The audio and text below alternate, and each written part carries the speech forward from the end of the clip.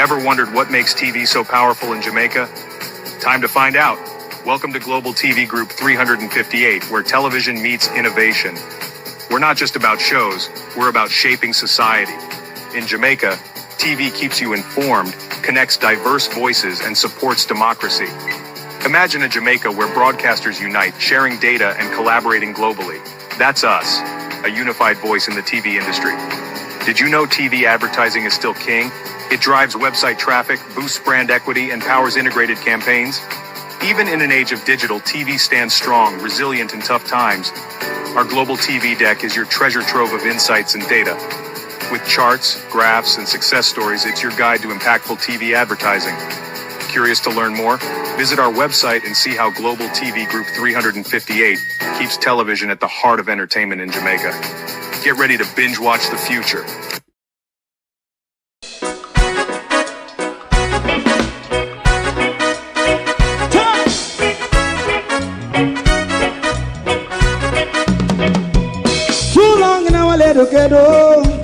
Run, keep going on, less process. For children of Israel do really love rights. So justify and I say watch a man around Babylonian walls. Oh, children of Israel, I should never hold thy peace. What wrong is going on? Day or night. We gotta pass down Babylon walls. Prepare the way. Prepare the way for your people. Let's go. Fight down war and crime. Fight down war and crime. Rastafari. War and crime. And do that righteousness. And we love Jah. And we love Jah. Jah Rastafari. And we love Jah. Jah Rastafari. And we love Jah. We love Jah. Jah Rastafari. We love Jah. Jah Rastafari. Preserve our people.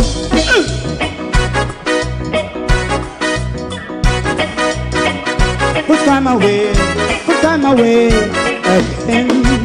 Listen. Yeah. So just as I and I say watch a man around Babylonian walls. Oh, children of Israel, I should never hold thy peace while we penalize day or night. We gonna bust down Babylon gates. Prepare the way. Prepare the way for Jah Rastafari.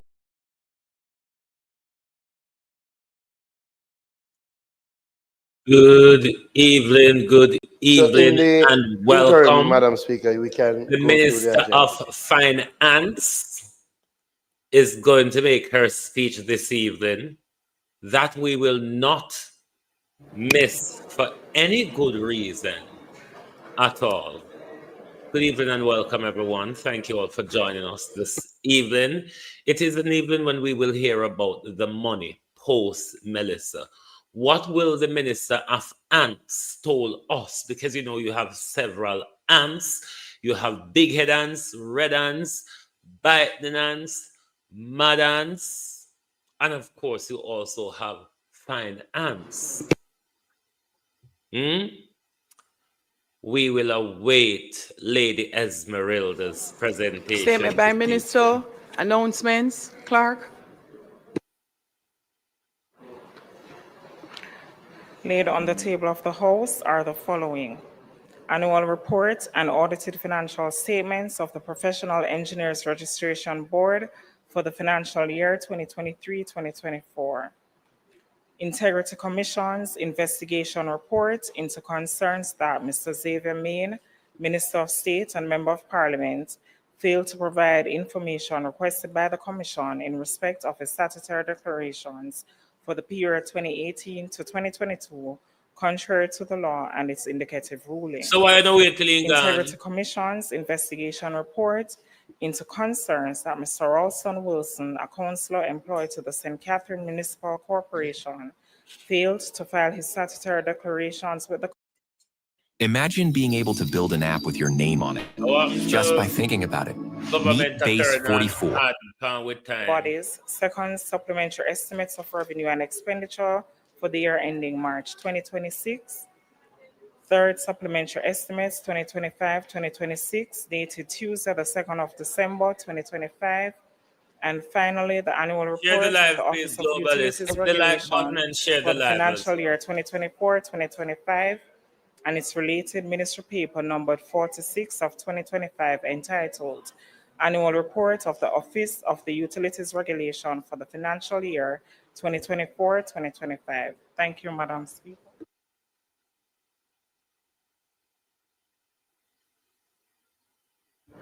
Bills brought from the Senate.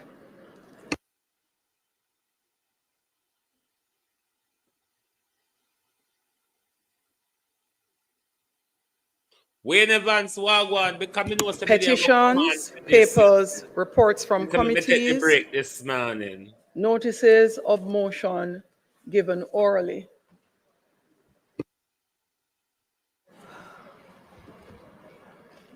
What a bangarang when the Madam question Speaker, come I this beg to give notice that at the next meeting of the House, I will move the following motion. Be it resolved that the third supplementary estimates for the financial year 2025-2026 and the Jamaica Public Body's second supplementary estimates of revenues and expenditure for the year ending March 2026, as laid on the table of the House on the second day of December 2025, be referred to the Public Administration and Appropriations Committee of the House of Representatives for consideration and report. Madam Speaker, I further beg to give notice that at a later stage today, I will move for the suspension of the standing orders to enable me to take this motion. Thank you, Madam Speaker. Lady Questions and Esmeralda. answers to questions. Motions that may be made at the commencement of public business requiring notice. Motions relating to the sitting of the House. Motion for leave to introduce bills. Presentation of bills without leave of the House first obtained. Public business.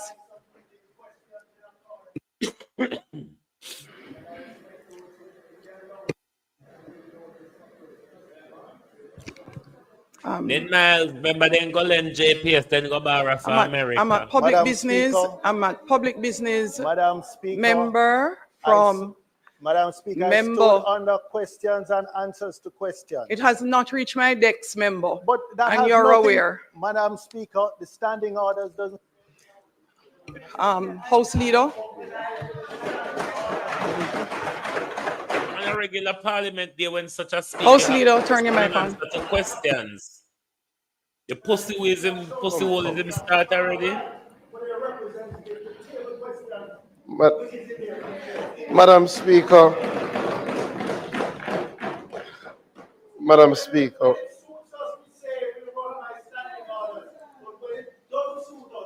member,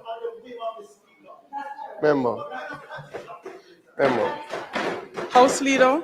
Yeah, Madam Speaker, firstly, let me join my own welcome to the students from the University, an excellent institution in Manchester. They have done extremely well, especially in relation to research and areas like robotics and entrepreneurship. And I'm very happy that they're here sharing in the House today.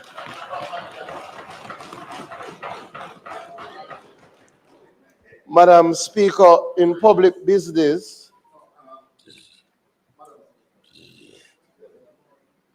Madam Speaker, yes, the member for South Manchester had submitted to the House through you and the clerk. He has not submitted any questions through me.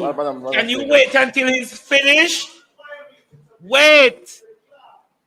The questions, when submitted through the clerk, will still have to come to the attention of the speaker. Madam. The speaker cannot. Madam Speaker. Madam Speaker. Yeah, go shut the blood The clot. speaker cannot. I get your card on me as daylight. The speaker cannot speak to any item not received. Madam Speaker, the member for South Manchester has duly submitted questions that he wished to table at this time through the clerk and as it's required by the standing orders, and he now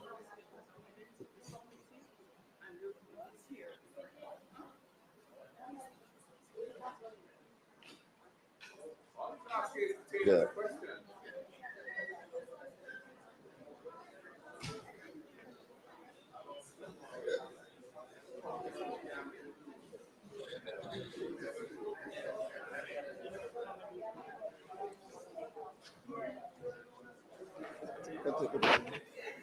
Come. Notice of question. Standing order 15. A question shall not be asked without notice unless it is of an urgent character or relates to the business of the day, and the member has obtained the leave of the speaker to ask it.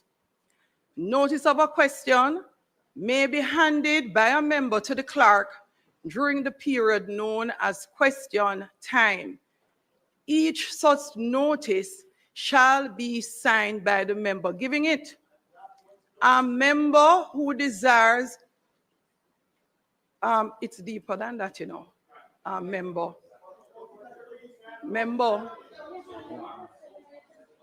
We not go get nowhere. Member. We not go get nowhere. The standing order goes on in detail to contents of questions. The right to ask a question under Standing Order 16.1 shall be subject to the following general rules as to the interpretation of which the speaker shall be the sole judge. Subsection A. The proper object of a question is to obtain information, and it continues. A question shall not include names of persons or any statement of fact unless they are necessary to render the question intelligible. If a question contains a statement of fact, the member asking it shall make himself responsible for the accuracy of, and it continues. I'm not going to read all of the 20 points.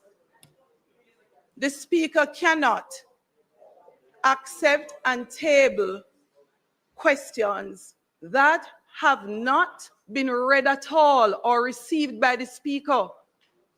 That is why the standing order requires. Whose fault is it, Juliet? And leader of opposition Christ, business, you are fully aware. Yes, but Madam Speaker. There is no but. Madam, of course there's a but, Madam Speaker. If for example, the speaker refuses to accept and to read this question. Is not for example. I just got the question on my desk 1 second ago. The member came to the office of the speaker at approximately 15 minutes or so after 2. He said he had submitted some questions. Have I seen it? I answered him. I told him no. He said he would go and get it and he would give me a copy. He just did. Yeah. Peter Bunting, who did you submit it to? Why can't you just go and have a look at them? Yeah, but it's this morning. It's this morning. Madam Speaker, and House Leader. If the leader of opposition business would just allow me, I would pray in these matters we don't have to be contentious. The questions were sent to the clerk today. There is a requirement that the speaker must review the questions before the questions are tabled. Why the clerk did not give it to the speaker? Because before the questions are tabled, before the questions are tabled, the speaker must review, because if the questions do not accord with the rules, if they include statements of fact, etc., etc., etc., that cannot be verified. Hold on. The No federal speaker parliamentary shall privilege be allow them the to even sole judge. defame So, people. members, allow us to be reasonable. If the speaker, if the clerk gets the questions today, the speaker has to review the questions. You're giving notice of a specific set of questions. You can't give notice in general. The notice is attached to a specific set of questions. You members and members on our side, let us go over this again. The notice is attached to a specific set of questions. You do not give notice in general. You give notice that you're going to ask these specific questions. Before that can be done, the speaker has to review the questions to ensure that they accord with the standing orders. The questions came in today. The speaker will do her review and will revert to the member. House Leader, I will ask you not to take your seat as yet. Let me read further for the member. Subsection 2 of same standing order PMP not 16, disrupt the whole even PMP. which is why you are sure the speaker is required to review before just putting a document forward. If the speaker is of the opinion that any question of which a member has given notice to the clerk infringes the provisions of any standing order or is in any way an abuse of the right of questioning, he may direct A, that the member concerned be informed and that the question is out of order, or B, that the question be entered in the order book, which such alterations as he may direct. We have never had, even in practice, outside of the standing order, this approach that you're attempting to take. It's out of order. Thank you, Madam Speaker. We will proceed to public business. We will start with the Minister of... You want to go? Minister of Finance. Peter Bunting, let's say out of order. Where he comes in. Madam Speaker,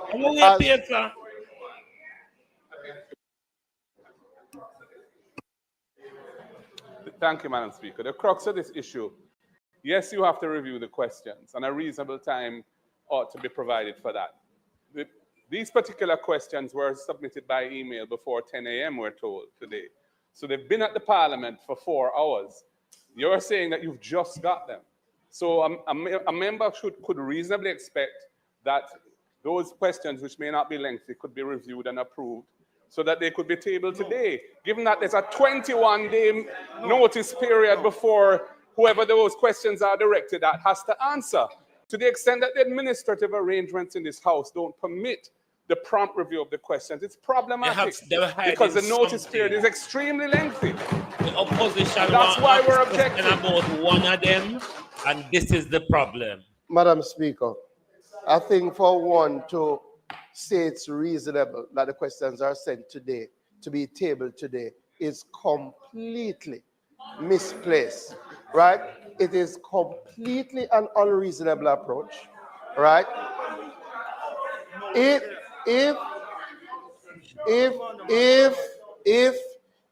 the member, I would suggest at minimum the member send the day before for the tabling in the House. At minimum,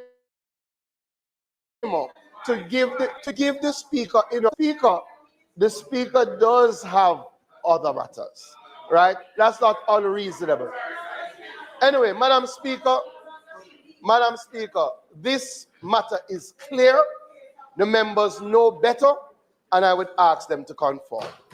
We will recommit. We will ask, Madam Speaker, that we recommit statement by ministers. It seems, okay. House, we now ask for a recommittal of statement by ministers. Those in favor? Those against? The ayes have it. Statement by ministers. House Leader. Madam Speaker, as you see, the Prime Minister has joined us and has a brief statement to share with the House. So, Madam Speaker, the Prime Minister. What am I going to tell you? Say I know, Jankro, Federalist Jankro. When you see fly green turn bully? When you see fly green a bully? See when the young girl them for front over the laptop, you stay there. Green and easy somebody. It's a crook, just like Andrew Holness. Copies will be circulated shortly. Thank you, Madam Speaker. I rise today to update this Honourable House on the unprecedented level of international financial support mobilized for Jamaica following Hurricane Melissa, and to outline how this support aligns with our structured, disciplined, and forward-looking national reconstruction strategy. And the generational debt, we got to put people money put within it. Madam Speaker, the international community has responded to Jamaica with remarkable solidarity, urgency, and confidence. Yesterday, the 1st of December 2025, the international financial institutions, the IMF, the World Bank Group, the Inter-American Development Bank, the Development Bank of Latin America and the Caribbean Development Bank, jointly announced a 3-year coordinated financing package of up to $6.7 billion to support Jamaica's US dollars, to support Jamaica's recovery, reconstruction, and long-term resilience. Madam Speaker, even before the announcement of this substantial international financing package, we already had in place a multi-layered disaster risk financing framework, which was the product of years of strategic planning, disciplined financial management, and proactive investment in resilience. This framework enabled rapid early response and the immediate mobilization of liquidity to meet the most urgent needs following Hurricane Melissa within days. Jamaica activated several instruments across our risk financing architecture. We had approximately Jamaican 5.3 billion in the contingencies fund and 1 billion in the National Natural Disaster Reserve Fund. We received US 91 million from the Caribbean Catastrophe Risk Insurance Facility, CRIF, one of the largest payouts ever made in the region. And then we had the US $150 million under the catastrophe bond, triggered immediately based upon parametric thresholds. In addition, we had US $285 million available through the IDB's contingent credit facility for rapid liquidity support, which was upsized to $300 million, and US $42 million scalable to US $84 million available on request under the World Bank's catastrophe deferred drawdown option. Madam Speaker, this totals approximately US $662 million in liquidity that was available almost immediately following the hurricane. This is the very definition of planning, preparedness, and responsible governance. Bahrain, the beginning of the Bahrain. Our multi-layered approach ensured that Jamaica did not wait helplessly for external support. We were prepared and ready to act, ready to deliver, and ready to protect our people. However, Madam Speaker, the scale of the disaster is without precedent in our history. The widespread infrastructure damage, displacement of thousands of families, the destruction of livelihoods, and the long-term economic impacts mean that additional financing is required to support the reconstruction effort and to build a more resilient Jamaica. It is against this backdrop of strong national preparedness that the international community has now rallied behind Jamaica, recognizing that we are not merely seeking help. We are ready to lead, ready to rebuild, and ready to transform. Madam Speaker, the US $6.7 billion financing announced yesterday has three main components. How much tax you are going to raise? US $3.6 billion in sovereign debt financing. This is for the government to execute the National Recovery and Reconstruction Program over the next 3 years and includes up to $1 billion each from the World Bank, IDB, and CAF. US $415 million from the IMF under the large natural disaster window of the RFI, and US $200 million from the CDB, the Caribbean Development Bank. The second category of funding, second component of funding, would be US $2.4 billion in private capital mobilization. IDB Invest, the International Finance Corporation, and the Multilateral Investment Guarantee Agency will mobilize private investment through public-private partnership models. Madam Speaker, it is important to note that mobilizing private capital will be critical not only to scale up recovery efforts, but also to preserve fiscal space. It is not intended for the sovereign debt pool. This is not intended, Madam Speaker, for the sovereign debt pool, and the private financing pool will operate independent of each other. The plan is to use innovative public-private partnership solutions and structures that blend public and private finance and expertise throughout the recovery and reconstruction process. The third component would be grants and technical assistance. The third important component of the overall financing package would see the 5 institutions committing to provide technical assistance and policy advice services. This would include Madam Speaker, policy advisory services that draw on global experience and best practices in disaster response. So far, US $12 million in grants would have already been mobilized from the IDB, the World Bank Group, and the CAF, with more to come. Madam Speaker, these 3 components, in addition to the US $662 million that was already available, is what makes up the overall financing package of $6.7 billion US. This is the single largest and most comprehensive development financing package ever assembled for Jamaica.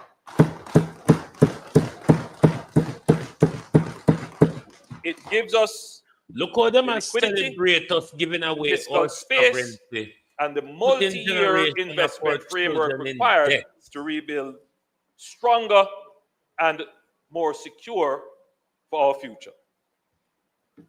Securing support of this magnitude within 1 month of Hurricane Melissa is nothing short of historic.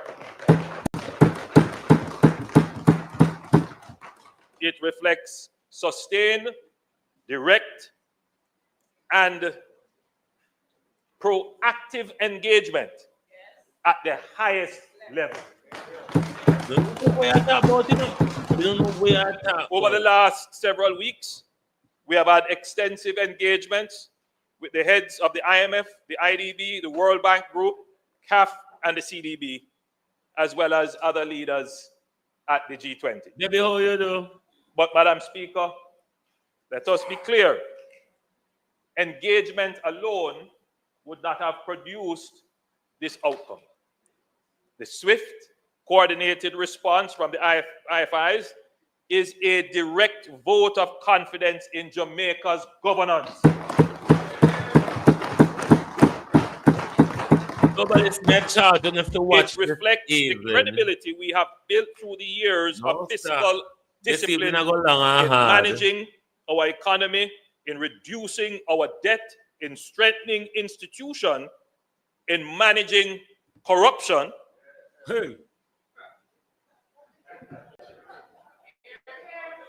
Which is the lowest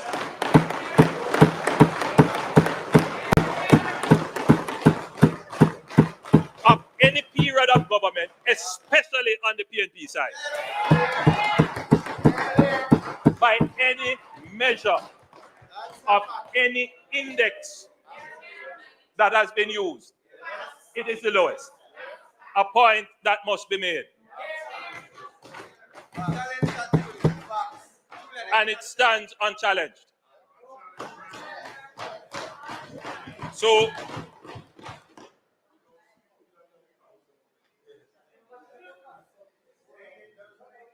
the swift and coordinated response is a vote of confidence in the administration of the affairs of Jamaica.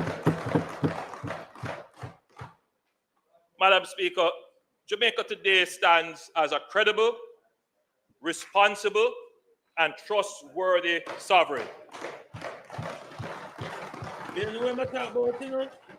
And it is that credibility which unlocked this extraordinary level of global support at our moment of greatest need.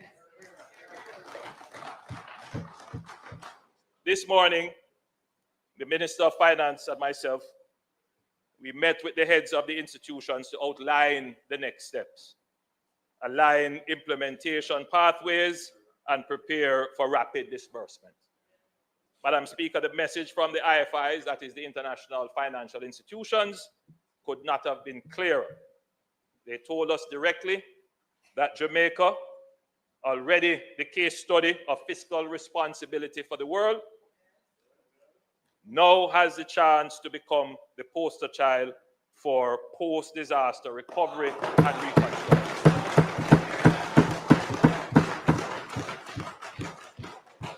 They commended the government for the decision to establish the All right, National we here today, Mark, your book. Go on now. Authority, NARA, noting that few countries act so quickly to set up a modern, best practice central coordinating body to drive recovery with discipline, transparency, inclusivity, and a long-term vision. Madam Speaker, these institutions are not looking at Jamaica as a country in crisis. And for that matter, it should be said, neither is the government. House Leader. Madam Speaker, with the Prime Minister's time for speaking having expired, we ask that he be extended to complete his presentation. 10 minutes. Question is that the Prime Minister be allowed 10 minutes to complete his presentation. Those in favor? Those against? The ayes have it. Prime Minister. Madam Speaker, these institutions are not looking at Jamaica as a country in crisis, and for the record, neither is the government. We see this as an opportunity. Hey, and you want to say the country in Jamaica crisis, the country as a global standard setter. The world is watching Jamaica, not just with empathy, but with admiration, respect, and expectations. We now have a rare opportunity to show what a small nation, united in purpose and confident in its future, can achieve on the global stage. Madam Speaker, the resources being mobilized are aligned with clear, disciplined, multi-phase national reconstruction strategy. Phase one of the strategy is the stabilization and the provision of essential services. The first phase of the strategy is focused on the restoration of electricity, water, connectivity, food, shelter, and key transportation links. As these stabilize, relief, which is the provision now of the food and the water and other such items, will transition in December, or probably a little later, maybe early January, from physical distribution to targeted financial support through a voucher system, whether digital or physical, restoring dignity, autonomy, and choice to affected Jamaica. Andrew hijacked the thing. Phase 2, which is the economic and social recovery. So what's the The point of next the finance minister speaking after Andrew? Andrew hijacked everybody. Facilities support for farmers, small businesses, and tourism operators, and the reactivation of the local economy. Globalists. Already we have begun that. Don't speak. What favor I got talk about? A central pillar of the government's national recovery strategy is maybe she can talk about for micro, small, and medium-sized enterprises, the backbone of Jamaica's economy and the most vulnerable to prolonged disruption. The MSMEs are essential to employment, rural livelihood, supply chain recovery, and the restoration of commercial activity across the island. Ensuring their swift restart is therefore critical to Jamaica's overall economic rebound. In this context, the Development Bank of Jamaica has launched its business recovery program, a comprehensive package to restore operations across agriculture, manufacturing, tourism, and health, with a strong focus on MSMEs. To capitalize this program, Cabinet has approved $3 billion Jamaican dollars in funding for the remainder of the 2025-2026 fiscal year. Further allocations will be made for the upcoming budget. Then phase 3, resilient reconstruction. Madam Speaker, this third phase will focus on resilient considerations. No, Debbie. This is we come to a favor that got talk. Every major investment will reflect and you take over. So I don't feel like talk about when him done with the proper plappering and future proofing. This includes resilient housing, rebuilding schools, hospitals, and public buildings to higher resilient standards, including relocating them where necessary. Finance Minister. Climate smart roads and bridges, coastal and river defense systems, including natural. So this the ants, they are the big head ants. Strengthened public utilities and grid resilience. Digital and transport infrastructure. Look how Andrew hijacked the event there, Jesus. That time this year we did combo. Our reconstruction is not merely about restoring what was lost. It is about building a stronger, more competitive Jamaica capable of withstanding future climate shocks. Madam Speaker, we will approach reconstruction as a growth-inducing strategy. I know from this that the question will be asked, why are we celebrating more debt?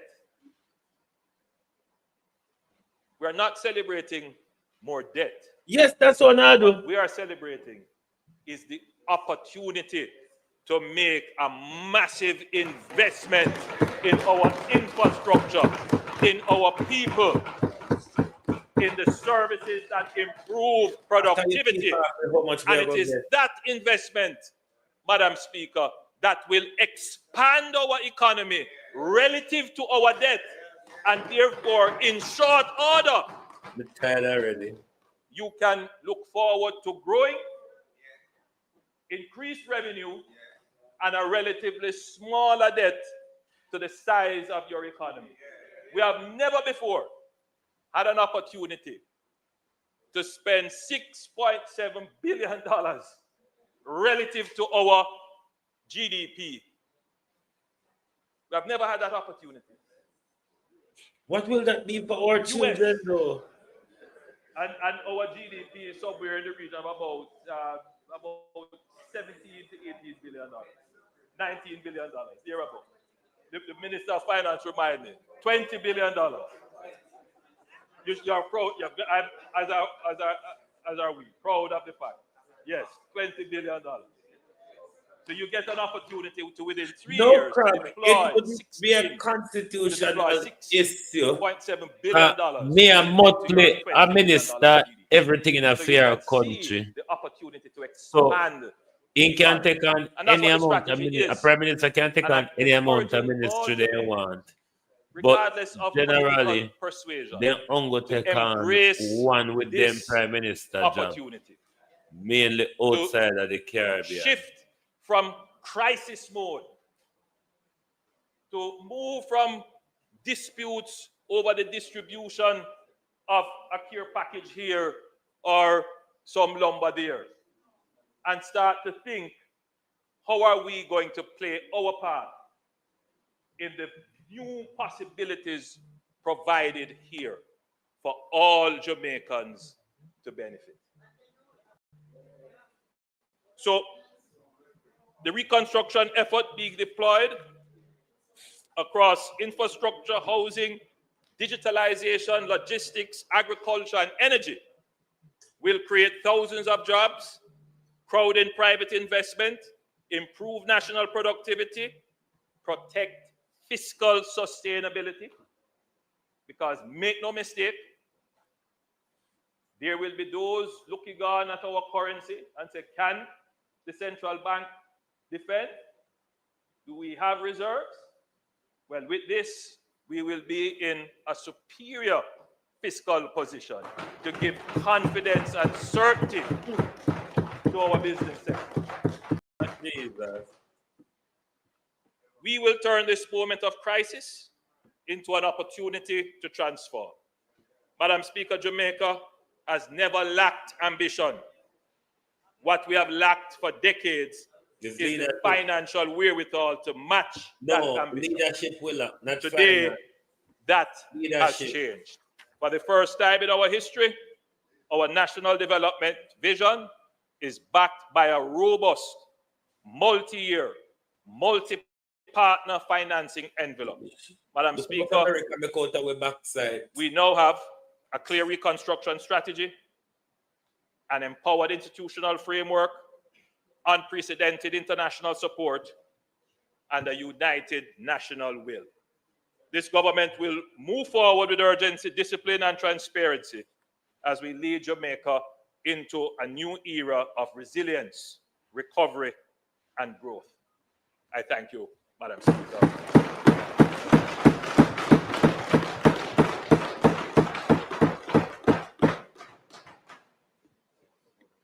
Sure. Leader of the opposition. Thank you. Will respond.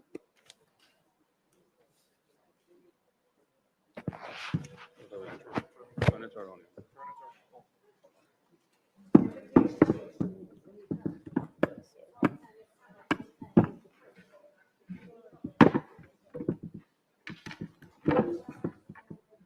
Thank you.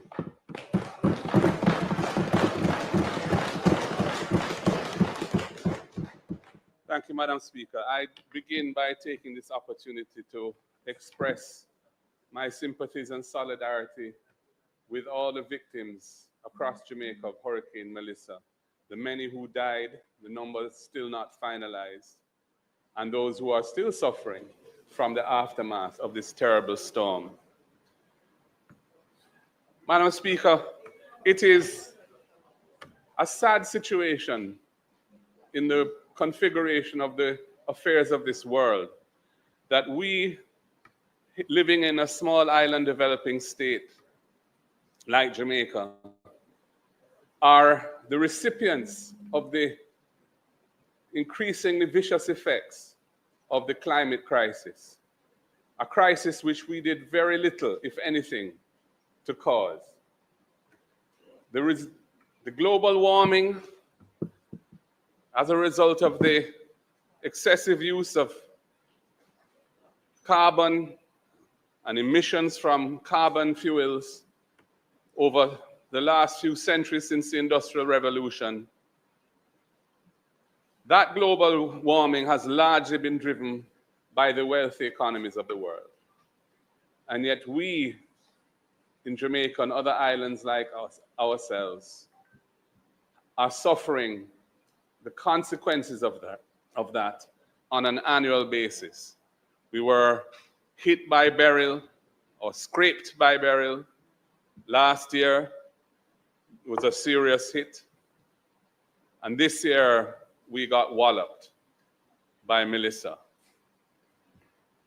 It's really a shame that the international financial community is still approaching the mitigation of the effects of climate-induced disasters on countries like ours by financing packages that are largely based on additional debt. These debts that we are now going to be incurring to finance our attempts at recovery are like lending money to a business that suffered losses through some kind of crisis that is trying to dig itself out of a hole from. Taking on additional debt to do that is going to be a challenging road for any country. Therefore, I don't think it's appropriate to treat these announcements in a triumphant way.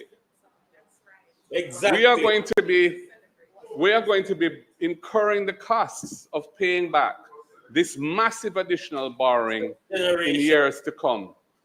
We are in a country which has spent the last 15 years seeking to get ourselves out of a debt trap, where we've had to run massive primary surpluses every year consistently to reduce our debt to GDP ratio, with a target that's written into our law incidentally by a government from this side, which we were anticipating would have been met this year before Melissa struck us. And now we are facing a new era of massive incremental borrowing. If you look at 3.6 billion US of sovereign debt, that's over 25% of GDP of additional borrowing. That does, and the 662 billion already available, only less than half of that is in a form that's not debt. Most of that is debt as well. This $2.4 billion of private capital, we look forward to seeing whether that will be forthcoming and in what volumes, because you can't project that you're going to receive private investment as part of your recovery. I'm glad that the multilaterals are going to support the effort, but at the end of the day, investors have to be willing and there have to be projects available to them that are bankable and investable. So we will see whether or not that happens. But the reality is that only 12 million US out of $7 billion is grant funding. Only 12 million US out of over 6 billion of programmed US funding is grant funding. That is the world that we as Jamaicans, both you on that side and us on this side, have to navigate.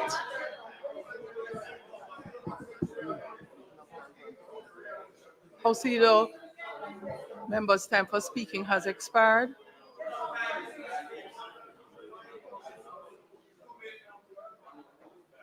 House Leader, the members' time for speaking has expired. We didn't visit your Prime Minister's speech with the kind of response that you're giving mine. Madam Speaker, as the time for the opposition leader has expired, to speak has expired, we ask that you give him sufficient time to complete his presentation. House, the question is that the leader of opposition be allowed an additional 5 minutes to complete his presentation. 5 minutes, enough time. No. Members, I am going to ask that no one asks for sufficient time to complete, because those words can mean a 2-hour, 3-hour presentation like the member from St. Andrew South. Yes, Angela, you know it's you, who spoke for hours.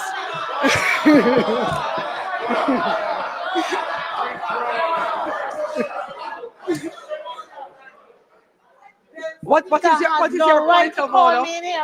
What's your point of order? You're correct. That violates the standing order.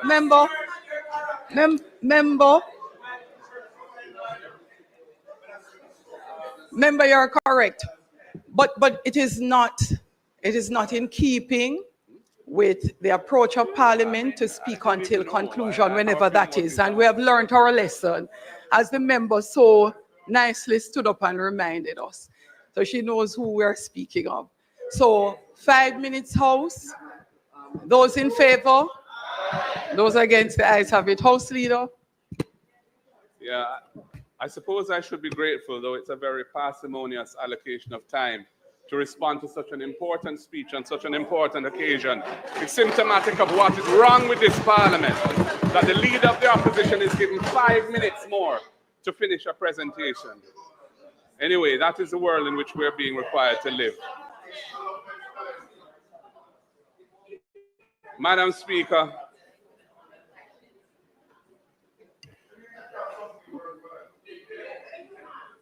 the institution which has been announced to oversee the recovery process, which does not yet exist. Hit the like button, please, or pay a fee if you're not hitting the like button. This national, I think, Resilience and Recovery, or Recovery and Resilience Authority, NARA, is going to, we are told,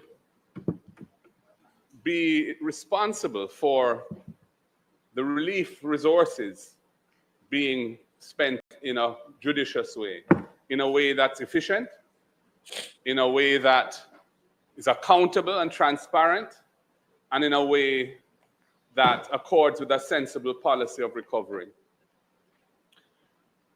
After all, PIOJ has indicated that this financial quarter that we're in now, the economy is going to contract by some 11, I think, to 13% of GDP relative to the same quarter last year. That is a massive contraction. And it's going to further exacerbate the debt to GDP ratio because, of course, the debt to GDP ratio has two components.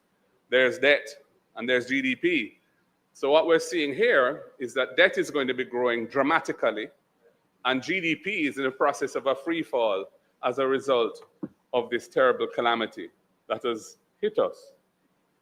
So while I admire and indeed share optimism about the future, because Jamaica is such a resilient and special country, and we will get through this, I think we should approach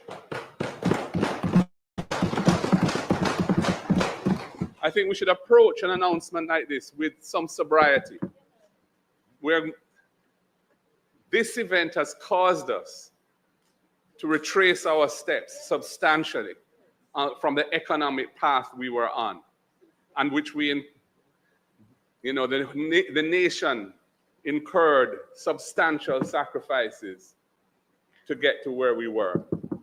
I'm not blaming the government for Melissa. That would be absurd. I'm not blaming the government for seeking resources to fund the recovery. It's going to be necessary to get those resources. I am just making the point that this is not something to celebrate. This is not something to gloat about. This represents a substantial setback for Jamaica, and it represents if it's not administered properly, it could permanently weaken our future prospects and damage the country's future. Which is all the more reason why the composition of this recovery authority is important. I wrote to the Prime Minister on the day after the hurricane to suggest the establishment of a task force with broad-based representation, leaders from the private sector and business community, leaders from the churches, leaders from the NGOs, and representatives from the government and the opposition. The concept of NARA is consistent with that. However, I've heard nothing from the Prime Minister as to the role of the opposition in NARA. We heard it will be broad-based, but there is no inclusivity in the dialogue around how it is to be constituted. And I can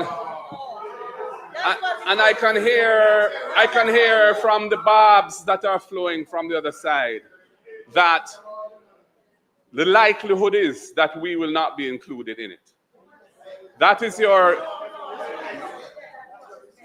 what I'm hearing from the other side in their responses to me, their sotto voce remarks. All I can say is, Prime Minister, the opposition represents some 400,000 voters who voted for us, 28 constituencies, and our presence in the recovery and our participation in the recovery, you'll be well advised to seek in a genuine... House Leader, the member's time for speaking has expired.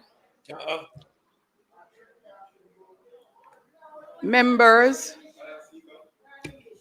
Thank you. As the member's time for speaking has expired, I ask that you put to the House that he be allowed an additional 2 minutes to complete his presentation.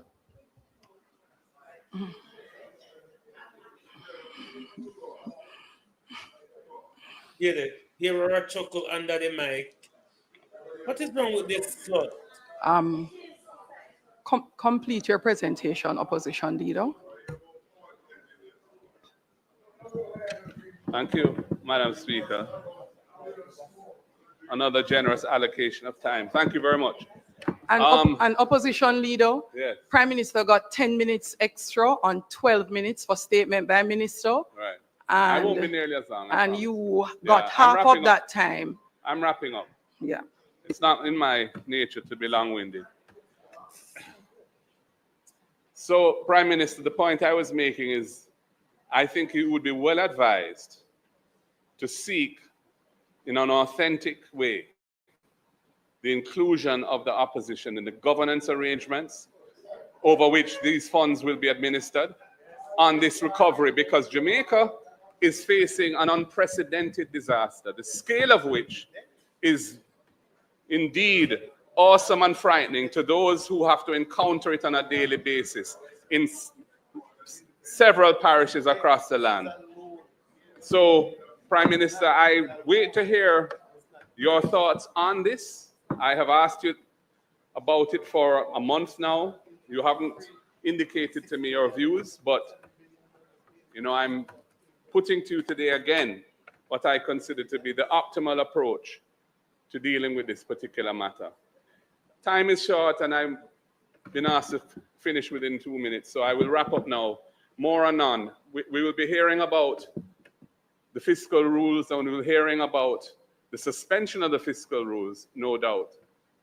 And I'm looking forward to the discussion around that, where I'll have an opportunity to say some more on these matters. Thank you, Madam Speaker.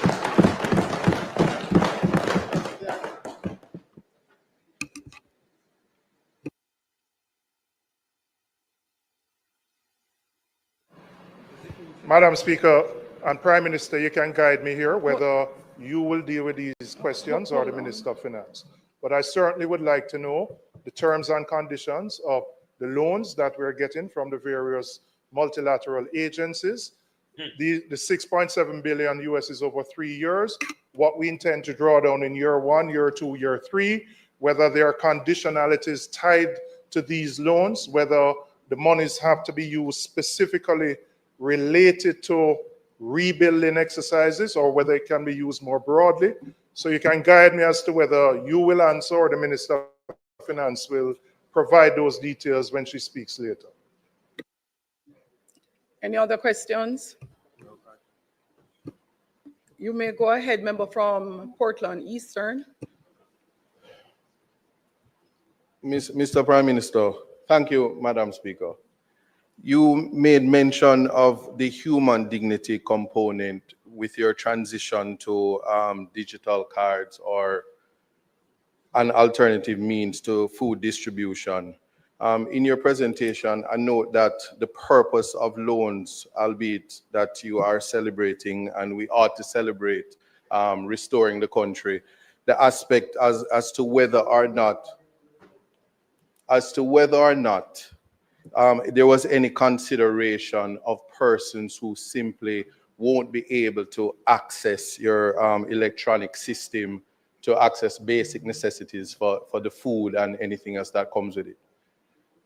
Also, in terms of an allocation, is there a specific sum that goes to the persons who are the primary victims and should be the ultimate beneficiary of any loan given? That is to ensure that the lives of the people are restored in a position better or at a minimum to the position they were before the disaster. and asks lastly that any consideration should consider the Constitution and the guidance on human rights when that is done. Thank you.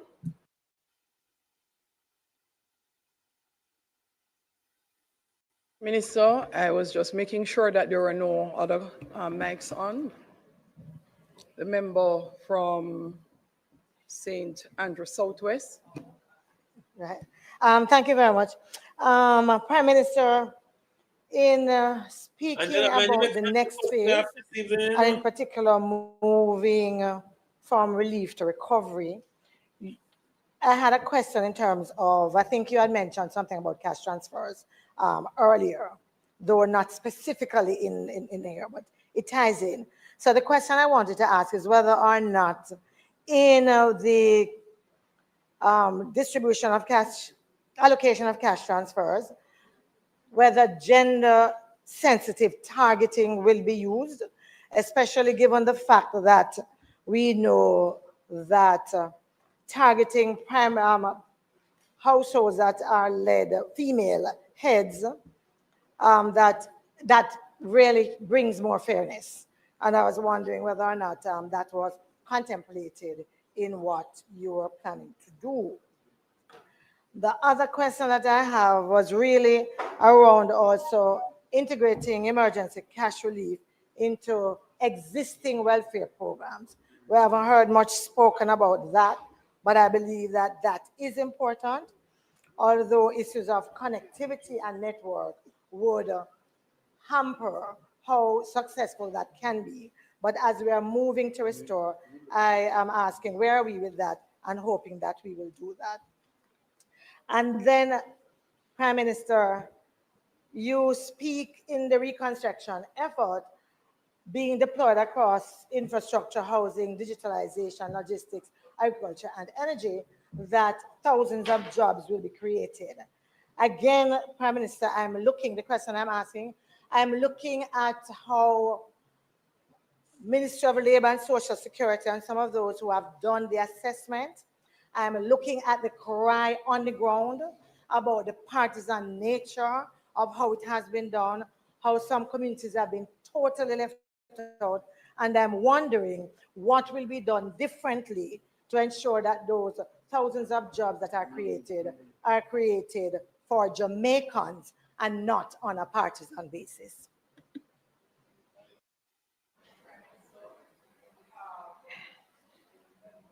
So members, I'll remind you that you should indicate wanting to ask a question instead of turning on all the mics, and you would have observed the effort to put us back in order. So as appropriately done, the member from St. Catherine Southeast will now ask his question.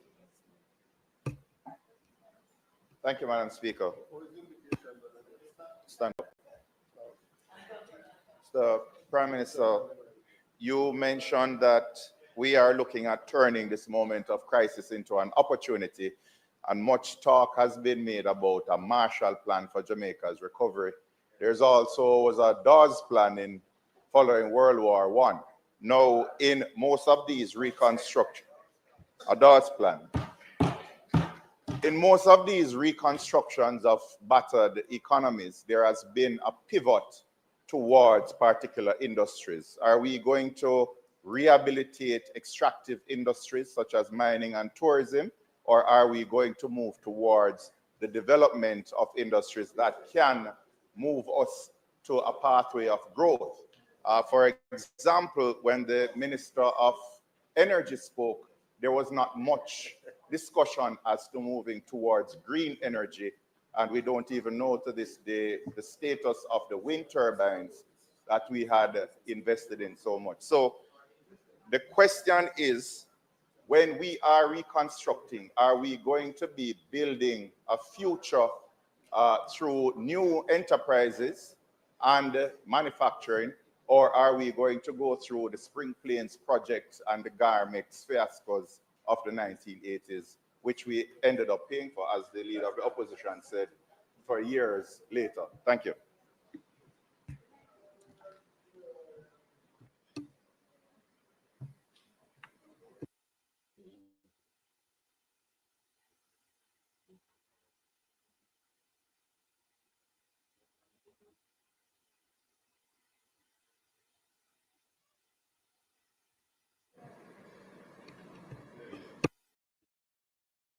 Do you want to learn some code for free? Then Code Institute's 5-day coding challenge is for you. This is your chance to dive into the basics of HTML, CSS, and JavaScript, all for. He stood up. You know the rules, you know. You can choose to follow them or not. I don't know, honestly don't know, because I still want to stand up. I don't know. Prime Minister, you spoke about the establishment of NARA, and it will be quickly set up. Could you tell us the form of this entity? Is it going to be, okay, I'll just repeat, what type of entity will NARA be? Is it going to be a statutory body established by statute or act of this parliament, or is it going to be just a regular company, government-owned company? I assume that you're well down the wicket in terms of determining the form of this entity. That's one question. And the second is, I noticed that the 12 million in grants that you mentioned, it's all for technical and policy advice. Do we know if any of this will be spent with Jamaican professionals, or will it all, as usual, go to foreign entities? Next person is the member from St. Catherine Northwest.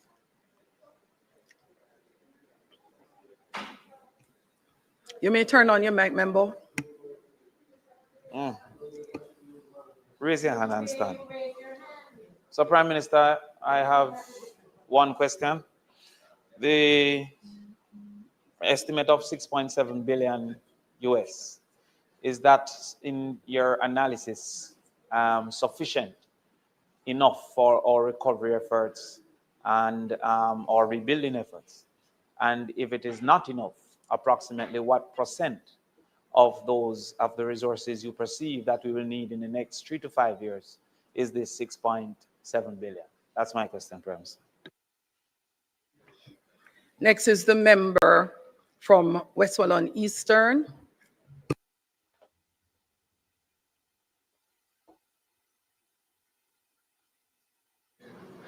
Thank you, Madam Speaker.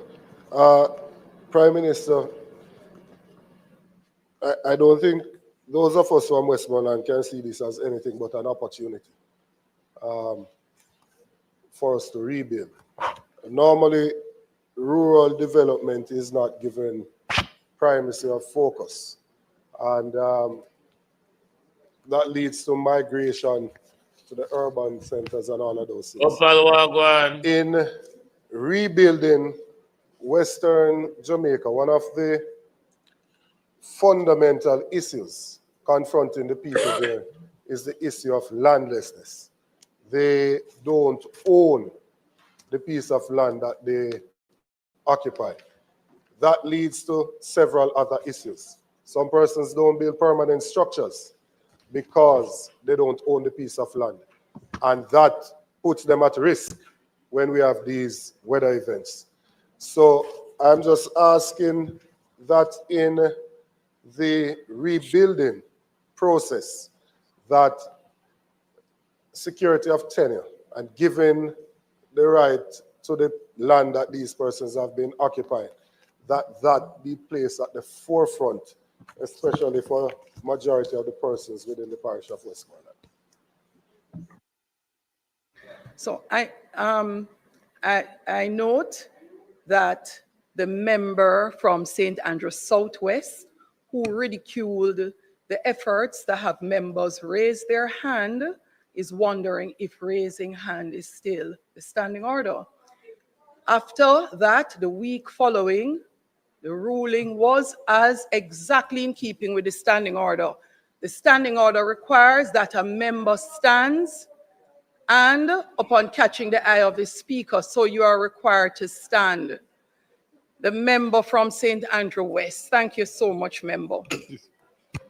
Thank you, Madam Speaker. Prime Minister, as Jamaica assumes the role, this new role as a poster child for climate resilience, are you likely to support the Barbados initiative that looks at reforming the financial institutions so that the Barbados Initiative. No, is that to reform the financial institution so that we can get better terms for the financing for recovery.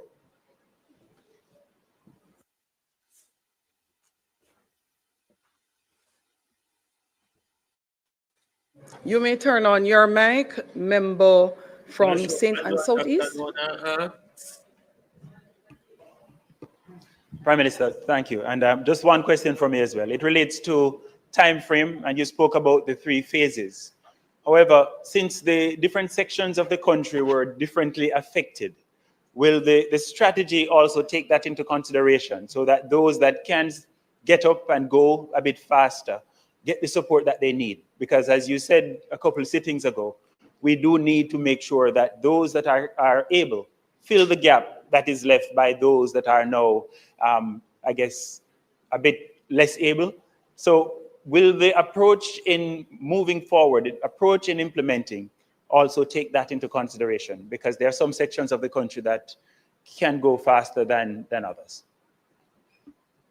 Prime Minister. Thank you, Madam Speaker. Let me just try and move through very quickly because we do have an extensive agenda, including the supplementary. Let me start with the last question that was asked, which would give some context. Jamaica's approach to the disaster has 3 distinct lines of effort. Lines of effort 1 is relief. That is relief from the humanitarian displacement that has occurred. And that primarily has food, temporary shelter, water, that kind of support, care support.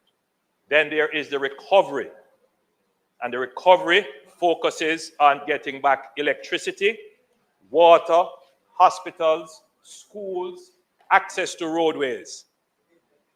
And then we have reconstruction, which focuses on taking a longer-term view on what we rebuild, where we rebuild, and how we rebuild. All 3 are happening simultaneously. It is not a sequential undertaking. The intention of the government is to mainstream the relief effort. It is going to be necessary that this be done because the relief effort is mainly supported by our philanthropic partners who have come, many of them have come into the island, and indeed the ordinary Jamaicans who have been supporting. In another 2 or 3 weeks, you're going to see many of our relief partners take up and leave. It is natural. That's how it has happened all around the world for a long period of time. Some have longer staying capacities, others come for a specific purpose. Okay, you said that last week. So Move the on. government can't continue to have a special relief effort. A principle that this parliament must appreciate, or I'm certain that we all do and understand, is that there is a government. And yes, the opposition is a part of the government. And the government has ministries, agencies, and departments that are established to provide support through the regular social safety net system, whether it be PATH, whether it be rehabilitation grant, which we do normally. So the government will transition the relief effort into a more mainstream response stood up by the ministries, departments, and agencies. Inasmuch as members of parliament have been clamoring to want to deliver package, to want to deliver roofing material, there will come a time, and it has already come, where the members of parliament will be saying, take this away from me, I can't manage it anymore.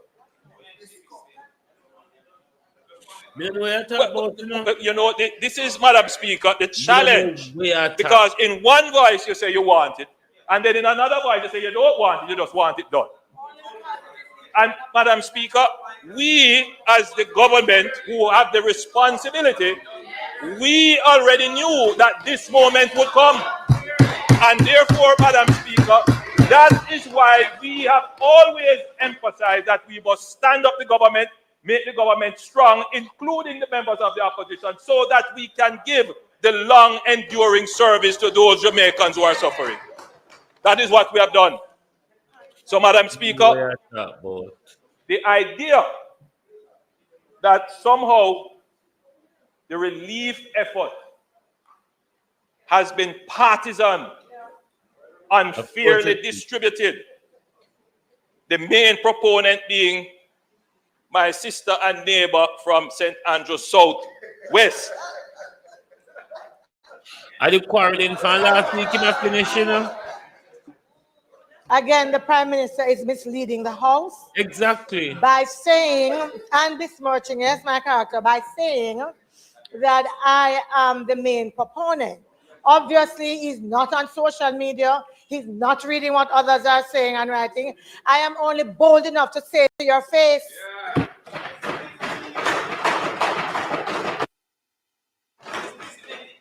Madam Speaker, I am happy that the member who says that she is not the main proponent, who asked the same question last week and asked it this week and is bold enough to state, I am happy that she has raised the issue because, Madam Speaker,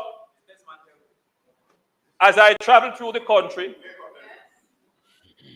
supporters of the Jamaica Labour Party have come to me complaining that the PNP MPs who have gotten substantial relief aid have not been distributing it to them.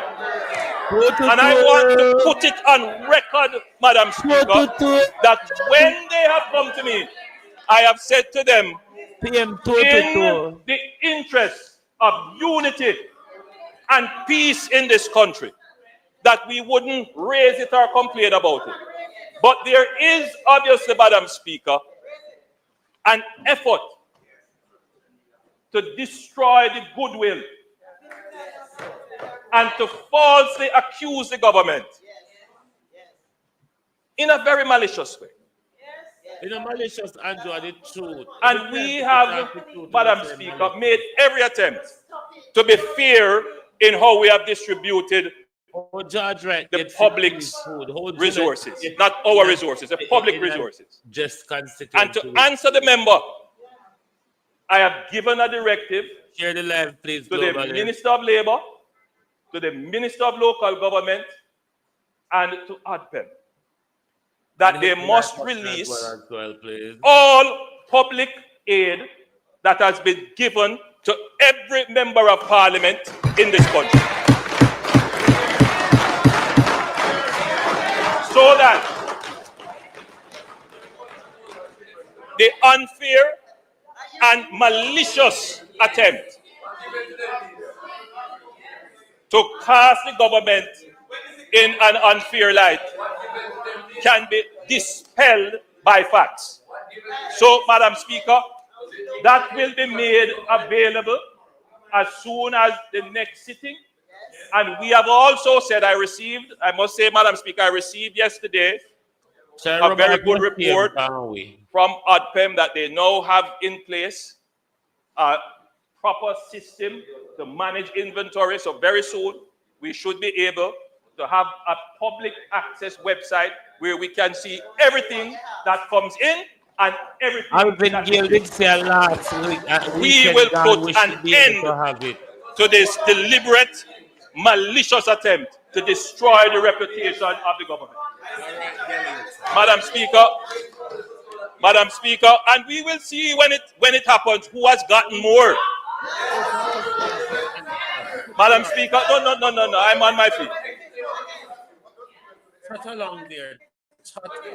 No, we will disclose everything that has been given to constituencies. Let me put it that way. Well, it can't go to the constituency unless it goes through the MP. So, Madam Speaker,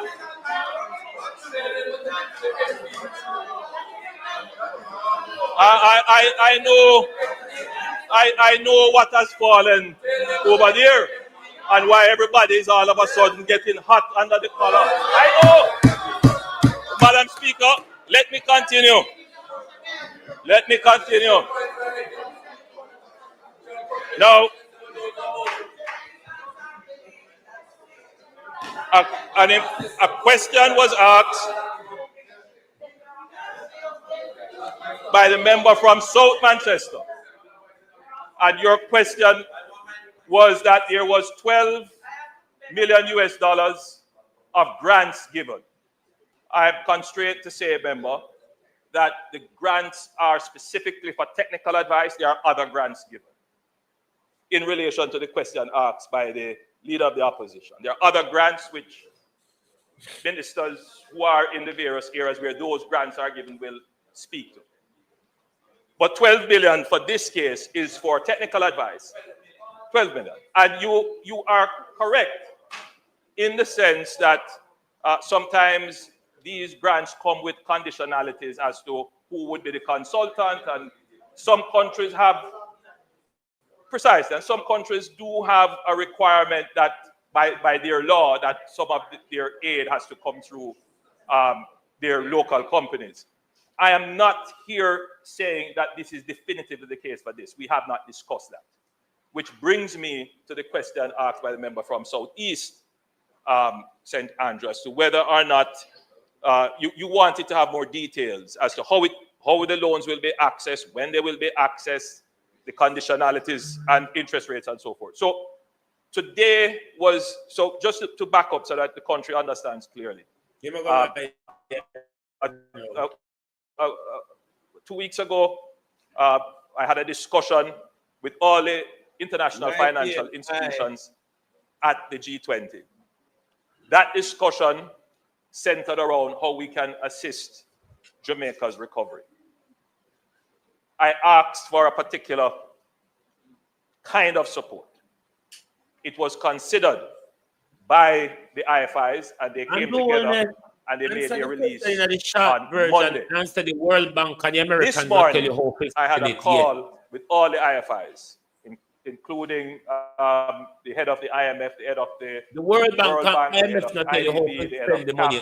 Answer the question, short and stop growing, sir. And we worked out in broad outlines how the program will work. So I don't have for you as yet the details.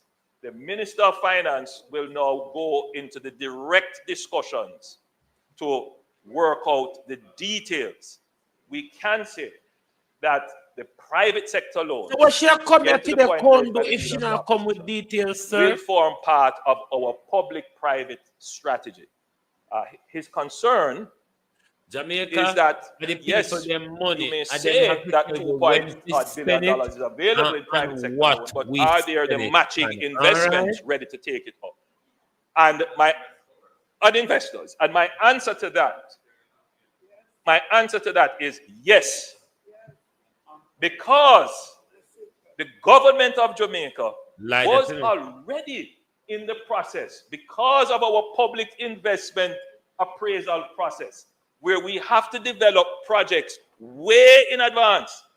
In addition to investors who have been coming to the government to say, we want to do this. Can you think good that one advice? Yes, we understand. If you want to partner with us, you have to understand that we have to keep within our fiscal limits. And therefore, there are projects that are lined up waiting for fiscal space to be executed. So, which is why I've been saying that, yes, it's a disaster, but it has also created an opportunity for us to fund projects that have been on the track waiting to get fiscal space to be operated. So this is what I mean when I say we have opportunities. So this is also a signal, Madam Speaker, to the private sector that if there are projects that have a national impact that can be done using Jamaica's well-established public-private partnership structure, now is the time to get in line for those projects. The leader of the opposition is saying in a sort of a way that we don't have the money. The point is that once the international community stands up and commits to it, it would be very rare or something dramatic negatively would have happened for us not to have access to the funding. I'm saying the private sector money, they have committed an envelope. And once they have committed that, it is then up to us to meet the envelope. And so I'm confident that we will be able to meet the envelope for the private sector funding. I want to tackle a question raised by the leader of the opposition. And in some ways, it's a philosophical question about climate justice, where the leader of the opposition said, as I have been saying since I was co-chair of the Committee for Climate Financing with Prime Minister Trudeau, appointed by the Secretary General to deal with this issue of climate change, that, of course, small island developing countries like Jamaica are not the main contributors to the issues of climate change, but yet we bear the cost of it. Our emissions clearly could not be attributed as a cause for the warming of the oceans globally, or the melting of the ice sheets in the poles, or the destruction of corals, or rising sea levels. Jamaica's carbon footprint is negligible. But you know, Madam Speaker, I am a strong advocate for climate justice. But the difference between myself and the leader of the opposition is what I'm going to say. You don't know what I'm going to say. The difference between myself and the leader of the opposition is that I am not expecting the international community to give Jamaica anything. Why not? The way I walk and beg for them. Where I walk and beg now.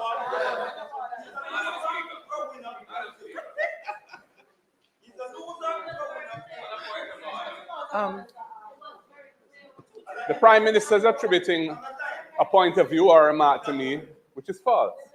I have never said that the international community can be expected to give us anything. I know the world we're living in. I was pointing out the injustice of it and the fact that it's because of the injustice of it that we're going to have to be taking on this massive amount of additional debt to try and dig ourselves out of this hole.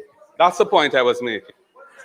Madam Speaker, I accept the point of clarification, but there was no point of order. But the clarification attempted by the leader of the opposition, Madam Speaker, my recollection of the leader of the opposition statement is that they are only giving us $12 million in grants.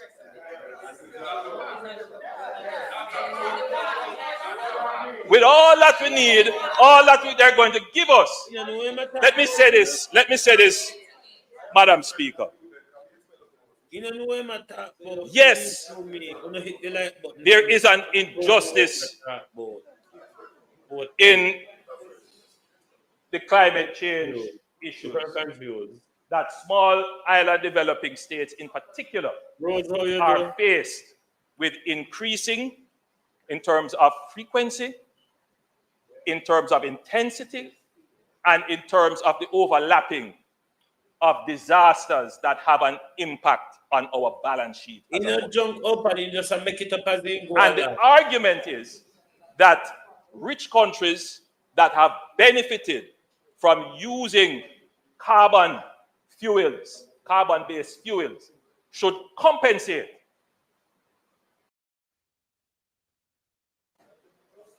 But me being your prime minister, the position I take is that until then, Jamaica must be able to stand on its own 2 feet, develop itself. You have just borrowed and begged over $6 billion. How do we, as a small nation, Madam Speaker, stand on our own 2 feet? Oh, you stand for your own 2 feet. The leader of the opposition's argument Lord Jesus, is that we are going to have to borrow to do this recovery. No, I want to know, hold on, that's what he said. No. The leader of the opposition made the point that we are going to have to borrow to do the recovery. And you have made the exact point. Yes. So what else would we have to do? What else would we have to do? Which shows you the inconsistency of his arguments. But here is the problem now, Madam Speaker. How do we borrow? If it were 20 years ago, 30 years ago, we would not be able to approach the IFIs. We wouldn't even be able to approach the international community. But Madam Speaker, even if we were able to approach the international community, it would not be on concessionary terms. It would not be in a structured way as this.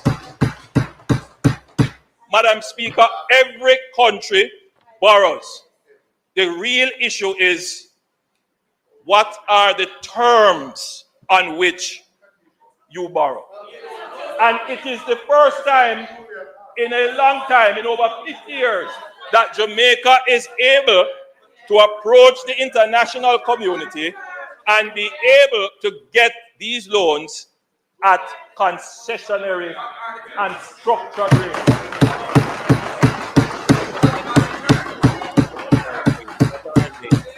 Madam Speaker, I can be clear. I can be clear with the House that our preferred approach is to engage with the international financial institutions, because invariably their terms are much better than private markets, and they support technical development and they engage a structured program. So it is better for Jamaica to engage the financial community in this way. Madam Speaker, we are only able to do this, because we have demonstrated that Jamaica is a good steward with its own resources and a good steward with resources that we have borrowed. That good stewardship, Madam Speaker, the signal of that is that we have been able to consistently reduce our debt to the point where we were almost at 60% of GDP. The international community looking on at this says this is a responsible government with which we can partner and lend almost 20 to 30% of its GDP. Now, the question is, as the leader of the opposition points out, we're going to have to borrow all this money. And we're going to have to borrow all this money, and it is going to increase our debt to GDP ratio. The answer is yes. The debt to GDP ratio will increase. But what are you going to do with the money? If you don't use the money wisely, then you are stuck with high debt. If you use the money wisely, you can expand your GDP and pay back your debt, and you are in a better position. And that is why, so So I'm coming now to the question of NARA, of setting up NARA. And the member from St. Catharines. What if I told you you could add 20 more yards to your drive? Or maybe you'd like to find 30% more. From a week after the disaster, we anticipated this, and we decided that we would have to establish an entity that will be able to use the funds as quickly as they become available. Because a part of the discussion with the IFIs is that the funds have to be made available at a fairly rapid pace. In other words, it couldn't follow the elongated processes. So we had to establish a new entity, and this entity, to answer the question asked by, I believe it was the leader of the opposition or somebody else, what are the member from South Manchester, what will be the form? What form will the entity take? This is where we are now in terms of studying the various options available for its structure. Should it take an executive agency form? Should it become a statutory entity? What will the legislation look like? These are questions that are now being studied. We sought the advice and assistance of the World Bank in doing the conceptual note.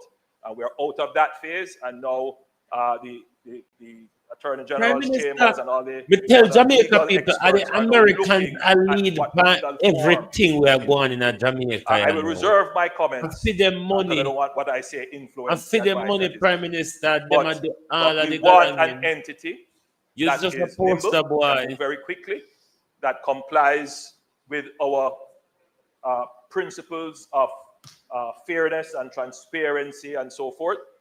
And we want an entity that is forward-looking to answer the questions that were asked about, for example, are we going to invest in traditional mining? Are we going to look at something different? Are we going to look at renewable energy versus what we have now?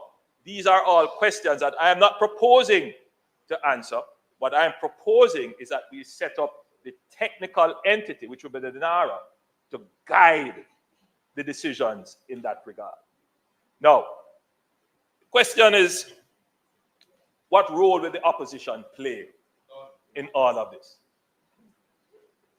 And this is a matter that I've tried very hard to, again, not respond to some of the things that have been said, but I believe that it is important for public discourse that I share my mind with the public. Now, during the pandemic, I had the awesome responsibility of using executive powers. And I made it a practice that for every executive order that was given, I brought it to Parliament, though it was not required, and it was debated here, and parliamentarians had an opportunity to vary or change. It worked quite well. And I think we could say that we had the cooperation of the opposition in the management, largely, of the pandemic. We established a joint select committee where the Minister of Health was at the disposal of a selected number of members to question him on the management from the health side of things on the pandemic. When the leader and myself met, he expressed to me that he would want to have a role in the recovery, and that was not something that I objected to. I still, however, have to figure out how does that work. The framework of our system is we have a parliament. This is the ultimate forum in which we meet and debate. And I have said, hold on, I've said, listen, let us establish a special committee. It wouldn't be under the strictures of all the other rules of how the standing committees and other committees work. It could meet when it wants and have that robust discussion, ask questions, oversight, and you meet. And it's under the rubric of Parliament. I was a bit disappointed that that effort was rejected in favor of going to the PAAC. But I understand, because it is my view as well, that if you have a government and the government has a structure, why go outside of the structure of government? Allow government to work. On the one hand, you can't reject what I have established based upon your advice and request. We have established it. Then you reject it, and then you come here and say you want to have a role. Having the oversight. Make up your mind. But we need a broader national body consisting of I am not here trying to hog up everything and do everything by myself. People. God knows I would prefer that everything were done in a way where everybody carries some of the weight. But let's not try to make political mileage and gain out of a disaster. Let's not do that. No, the establishment of the NARA, as spotted by the member from South Manchester, has to be within a legal framework. And I have to go figure out now how that legal framework can incorporate a member of the opposition or members of the opposition in how that is administered. No. Hold on, member. There is a precedent which I have been thinking about, but I don't know if it has worked. Again, the member from Manchester South would immediately recall that the National Security Council was established in this way, where a member of the opposition from time to time was invited to sit on the National Security Council. Hold on, man. The Disaster Risk Council is an established position. And we have always said, let us use that. But you won't want to use the Disaster Risk Council. You want me to go now outside of the established structures and set up another structure. That's what you want me to do. No, I am making my point. You have a point of order, opposition leader. No, opposition leader. Your mic is not on as yet. Okay, thank you. The Prime Minister is again misleading the House. We have never objected to the use of the Disaster Risk Management Act and the Disaster Council, Risk Management Council, Disaster Risk Council, as the framework for dealing with disasters. We have perhaps objected to some of the things that happened during the pandemic in terms of the use of orders to create criminal offenses, but that's a different matter. The framework itself is robust and sound. It has been marginalized and put into OPM. And NARA is being established as a new framework. And all I'm saying is, if you want this to be a national effort, it would be a good idea, in my view, to include the opposition in the governance structure of NARA. If it's a statutory body, all you have to do is in the schedule which establishes its composition, include 1 or 2 members appointed by the leader of the opposition. That is standard, it is done. There are many examples in our law of that, many, including things like the Early Childhood Commission and the Parenting Commission. The Disaster Risk Council itself has the leader of the opposition as a member. And there are many, many others. So there's no rocket science to do this. It's just a question of political will and whether you think it's appropriate or not. And clearly you don't. So again, the attempted clarification has not made the position of the opposition any clearer to me. When we met, I explained that there is the Disaster Risk Management Act, which already incorporates the leader of the opposition. The leader of the opposition went out and said, we want a different management structure, even before I had announced NARA. No, Madam Speaker, I want to be clear. I want to be clear. At the start of my presentation, Madam Speaker, I went to great lengths to explain that the disaster is being managed in 3 different lines of effort. The management of the relief is under ODPEM and the National Disaster Risk Council. The management of recovery is also partially under ODPEM and the National Disaster Risk Council. Some parts of it are privately led, for example, JPS or the telecommunications. They are incorporated.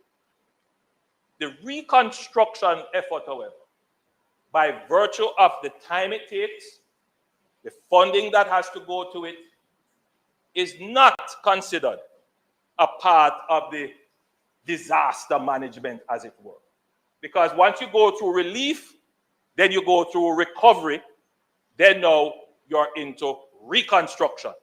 And so the reconstruction is a separate phase that has to be managed in a particular way.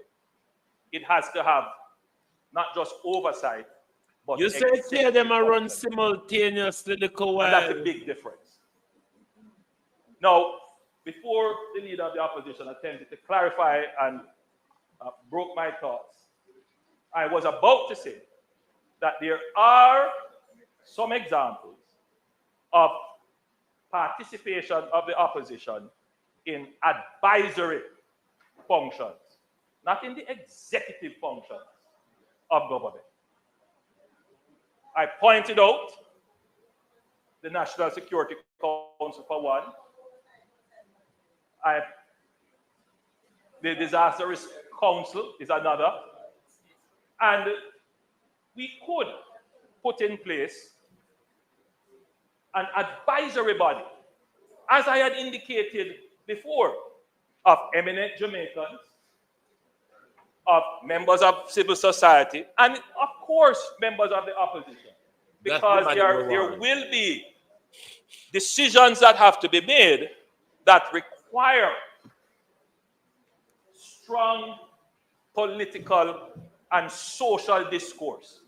The member from Westmoreland, for example, raised the issue of land settlement in Westmoreland.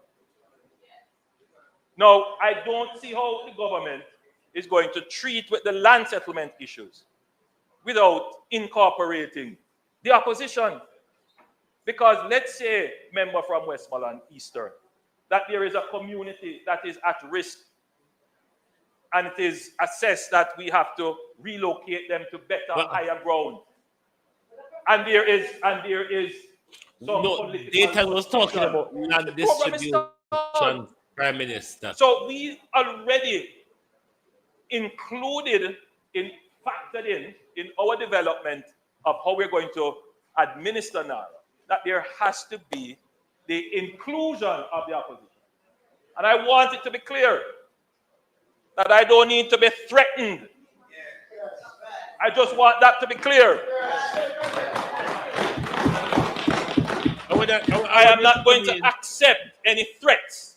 What this mean? About if you know. No, that is not the spirit. No, that's what he said. That's what he said.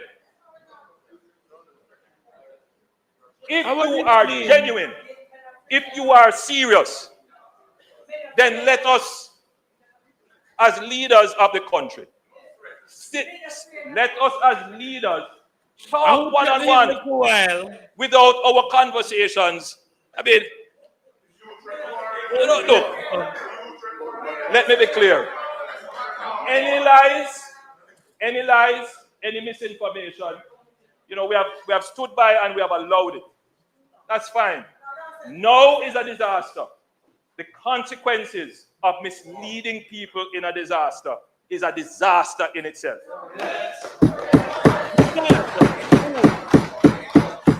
And if you are truly a part of the government, then you must act like a part of the government and be responsible in your pronouncement. I want them.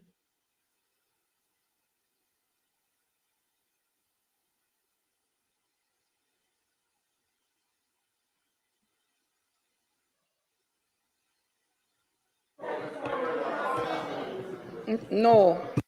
House Leader. Oh, You can point up all of this. Madam Speaker, we will now have a statement by. He answer the whole of people them question. Because he can't answer the people them question, he start the cussing.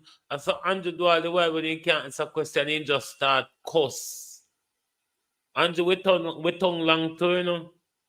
Andrew Holness with tongue long just like for you. I true we not choose to roll it out Japa dot every day.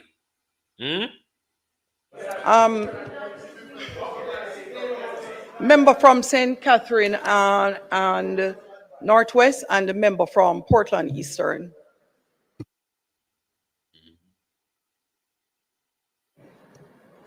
I asked Prime Minister that based on your analysis and the numbers you have received, is the 6.7 billion sufficient? And if not, what percent of what you think we need over the next 3 to 5 years is the 6.7 billion? Hold on, Prime Minister. I had raised the issue of your electronic distribution, the moving from electronic and the human rights implications in relation to persons who didn't have IDs and stuff. Yeah. $6.8 billion. $6.8 billion is sufficient. We couldn't expect to borrow everything that we need. And we will have to fund some of it from our own revenue, which is why I've been emphasizing that we need to keep the economy going. Let's get back to normal quickly. Though we do have this large envelope, I'm certain it's not going to cover everything, but it is far more than we have ever had, and it is certainly a significant part of what we will need. It's very hard to estimate. The asset damage is 8.8 billion. So we have been given 6.7 billion. So that's substantial. Remember now, some of the asset damage is not on the account of government. Some of the asset damage would be hotels which are privately owned, you know, businesses which are privately owned. So a large part, in other words, I'm certain that we will cover what is on the government's balance sheet with this amount of money that is left. No.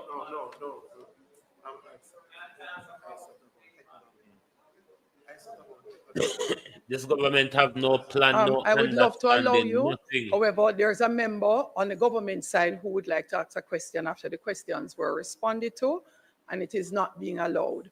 So I will turn over to House Leader. House.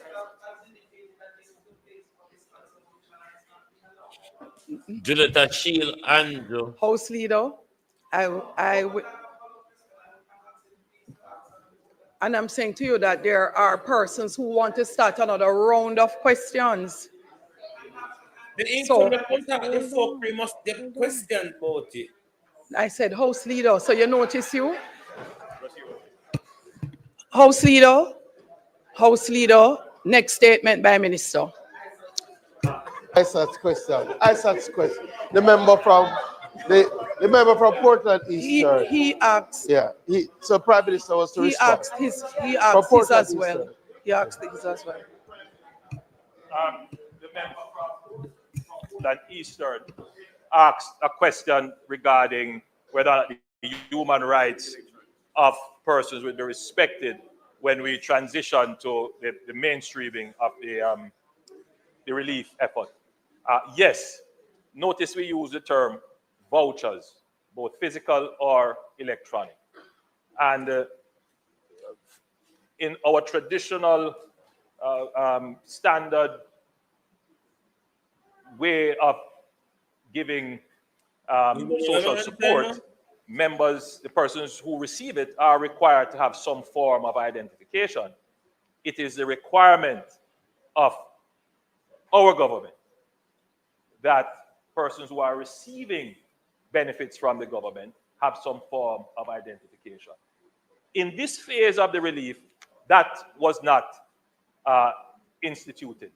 There was no request or requirement for persons to produce IDs. I am being clear.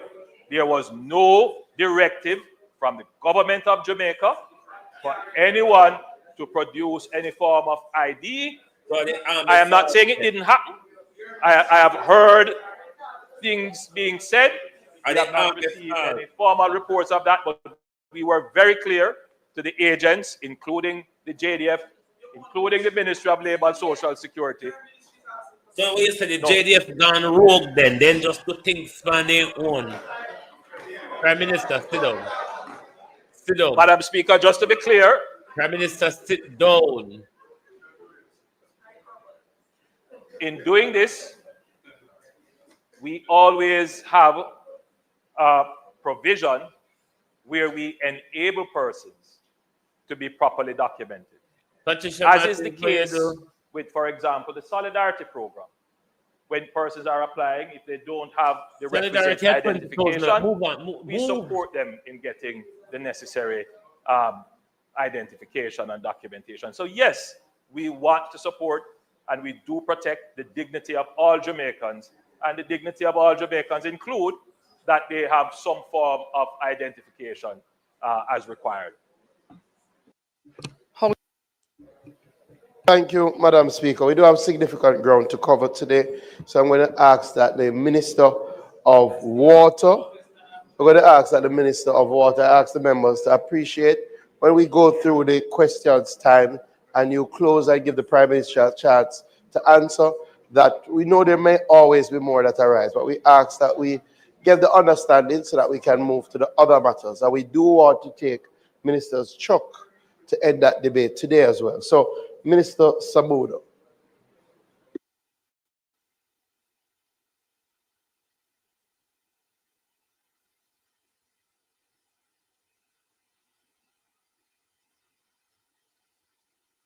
Andrew hijack favor.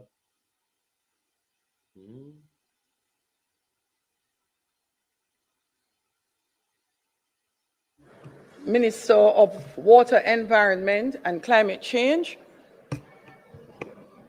Thank you. All but title.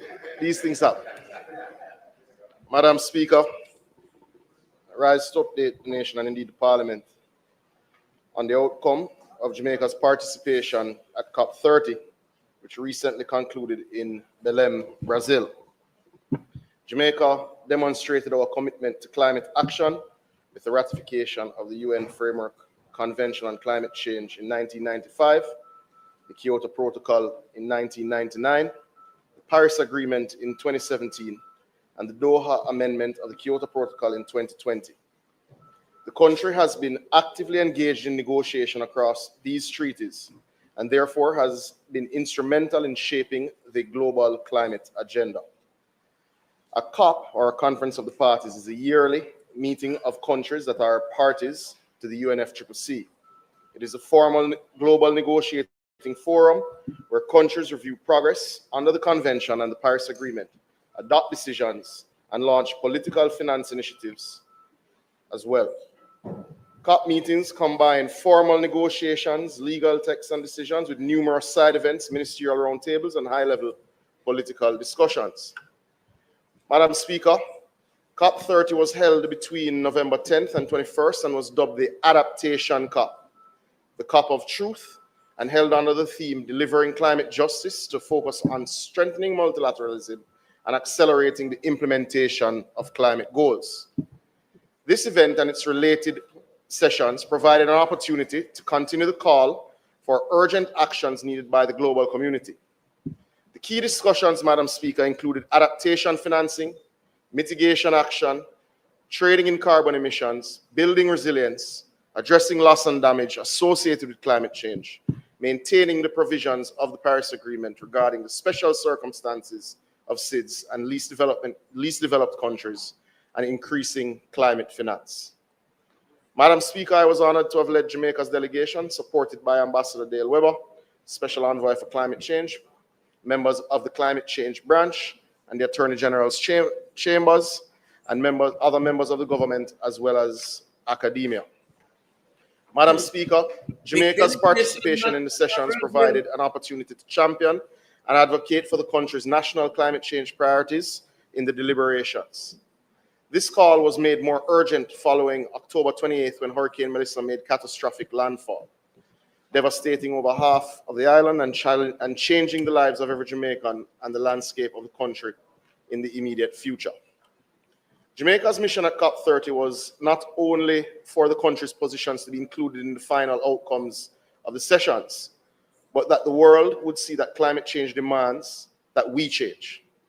Change in how we respect the science, in how we build with resilience, and most importantly, how we finance the necessary activities needed to build resilience and to mitigate future disasters. Change, Madam Speaker, is certainly how we survive. Jamaica's key objective at COP30 was to secure operational, predictable finance for adaptation, resilience, and loss and damage, certainly including access modalities appropriate for SIDS.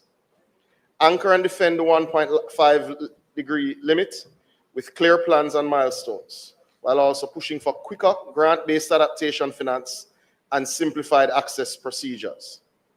With this goal in mind, Madam Speaker, several working meetings and bilateral engagements were undertaken with the following entities to further this target, including, but not limited to, the Fund for Responding to Loss and Damage, the Climate Investment Fund, the IDB, the Caribbean Development Bank, the Global Environment Facility, the NDC Partnership, the Green Climate Fund, and the Coalition for Disaster Resilient Infrastructure, otherwise known as a CDRI. Madam Speaker, I met with the Fund for Responding to Loss and Damage and their team. For note, for colleagues, this fund is housed at the World Bank as per the COP decision of 2028 in Dubai. Of note, the FRLD has a current total of $250 million for disbursement in its first installment commencing December 15, 2025. And each country is able to access between 5 and 20 million with a maximum of 2 projects. Discussions were successful and concluded with the following expectations. An invitation has been extended to the FRLD Executive Director to visit Jamaica on a working mission. A notification was formally given of Jamaica's intent to submit 2 projects to the FRLD, one for budgetary support to government through programs, and the other through a direct access entity, which is likely to be JSIF. These projects would be for water and agriculture sectors. Madam Speaker, these meetings were highly successful. They have agreed to come on that working visit, and they have indicated in writing that they will be minded to support Jamaica's application for $20 million, which is the maximum allowable by country from the fund, and we'll be submitting on December 15th. Madam Speaker, we further met with the Climate Investment Fund.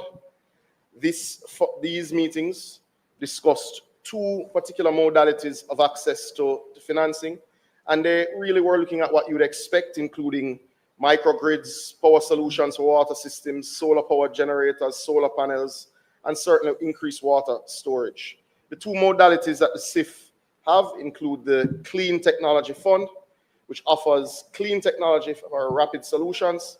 The emphasis for Jamaica was on the energy for the water sector, and US $50 million has been made available by the CIF through the World Bank as a part of the World Bank's envelope at highly concessional rates. These to be announced shortly. The second modality discussed with the CIF included the PPCR project. Though previously complete in Jamaica, a request has already been dispatched for an extraordinary allocation of US $20 million to be allocated as grant funding. The intention is to complete the processes associated with this program to allow for disbursement before the end of the calendar year. The implementing partner for this project is the IDB, and the project will be managed locally by the PIOJ and will obviously include climate resilient projects in the agriculture and water sector, as the PPCR project would have been designed for and should be known to members on the other side as it would have started in 2014. Additionally, Madam Speaker, we would have engaged with the GEF, being the Global Environment Facility. We would have had a working meeting with Carlos Manuel Rodriguez, their CEO, of the GEF. And from that meeting, we have received confirmation of a grant of an initial $3 million US, Madam Speaker, to assist small-scale farmers and the fisheries sector. ProPlan, high-quality nutrition for your pet's lifelong well-being. Developed months. Madam Speaker, I have already engaged my colleague, the Minister of Agriculture, and will form a project working group to finalize a submission ahead of the December 2025 board meeting. This submission for the first $3 million will be around restarting the fisheries sector, certainly in Black River. Madam Speaker, we further engaged with the Caribbean Development Bank, and from that engagement for technical assistance, we received a relief grant of $500,000 US to help with the technical work that has to be done for engaging other climate finance agencies. We also would have engaged the NDC partnership. The NDCs, for those who are not familiar, refer to the Nationally Determined Contributions. It is a mechanism under the UNFCCC. Jamaica would have previously co-chaired with the UK government the NDC partnership. We would have received commitment for significant technical assistance through the NARA Prime Minister, and they will be assisting us with further submissions to the GCF and other funding bodies. The Coalition for Disaster Resilient Infrastructure, which is primarily funded by the Indian government, has also committed significant technical support. This support will be in the NARA and will ensure that we have sufficient technical leads, meaning engineers, architects, etc., for the work that we'll be doing. And this will assist us with bilateral proposals, especially to the Indian government, who have already indicated their own support. Madam Speaker, this is to be noted that these funding mechanisms that have been outlined are separate from the GCF. The GCF, Madam Speaker, is the largest source or mechanism related to climate finance globally. Further discussions are continuing with the GCF. Of note, we have confirmed 2 working visits with GCF executives to finalize submissions to the board that analyzes GCF projects. Currently, we have passed the technical review stage for over $170 million US of projects that are scheduled to go to the GCF board over the next 2 cycles, meaning the March board meeting and the June board meeting. We expect to complete that work through their 2 technical working meetings. Madam Speaker, the Jamaica delegation to COP30 successfully advanced discussions with key international partners, securing significant financial and technical support opportunities for climate resilience and post-Melissa recovery. The meetings resulted in potential commitments for additional grants, significant offers for concessional loans through the World Bank envelope, and technical assistance. The outcomes position Jamaica to attract, as you would have heard in the breakdown, additional financing, a financing mix of US $93.5 million. And to the leader of the opposition's point earlier, that is $23.5 million in grants and $20 million of drawdown from the Loss and Damage Fund, with $50 million being absorbed in the World Bank's. Yes, correct. And as I said, we have passed the technical review stage of over $170 million of grant financing review from the GCF, which we expect to go to the board in March and in June based on the respective projects. Madam Speaker, to provide greater oversight and to drive the process of accessing the funds mentioned, the government will be establishing a climate finance committee comprising members of the Ministry of Water, Environment and Climate Change, Ministry of Finance and the Public Service, the Ministry of Economic Growth and Infrastructure Development, the PIOJ, and the Development Bank of Jamaica. Madam Speaker, Jamaica must continue to advocate in forums such as COP30, because the world must indeed keep the 1.5-degree target alive. Not as a slogan, but certainly as a lifeline. Because for us, it's not about politics or pledges. 30 seconds. It's about people, our farmers, our fishers, our children, and our right to a prosperous future. Thank you.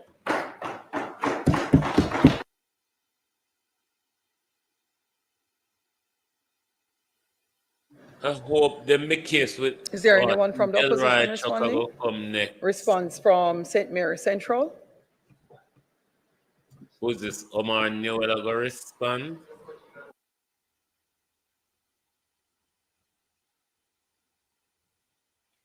Omar Newell, the Shadow Minister for Water.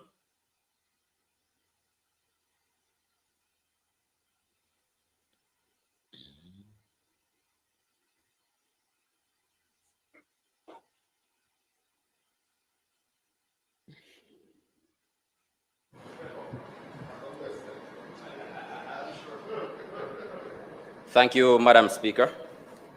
I thank the Minister for his report on Jamaica's participation at COP30. Climate change is no abstraction for us. It is the lived experience of every Jamaican, especially after the catastrophic landfall of Hurricane Melissa, which devastated more than half of our island and destroyed years of development in a matter of hours.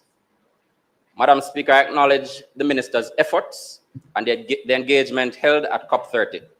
But with the scale of destruction we face, the country needs clarity, not just contact. We need measurable outcomes, not only meetings, but we need a plan to ensure we can properly maximize the possibilities. COP30 was the adaptation COP, yet we have no updated national adaptation plan. The Minister reported extensive bilateral meetings, but I haven't heard a word about our national adaptation plan, which is a foundational instrument required under the global goal on adaptation. Madam Speaker, Jamaica's national adaptation plan is overdue. Without it, we cannot maximize access to loss and damage. We cannot justify adaptation finance, and we cannot coordinate reconstruction across ministries and municipal corporations.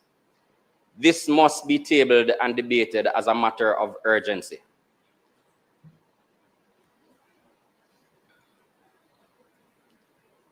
I quote the IMF's assessment of Jamaica's preparedness.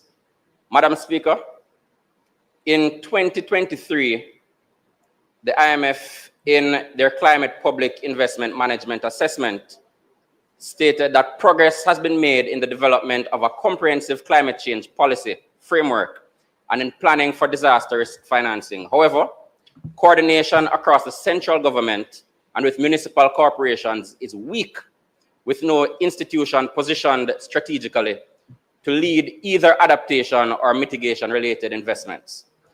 This is not the opposition posturing. This is a direct quote from the IMF. It underscores, Madam Speaker, a structural weakness that the Minister's presentation does not address. And now that Jamaica has access to $6.7 billion in reconstruction financing, coordination is not optional. It is urgently required.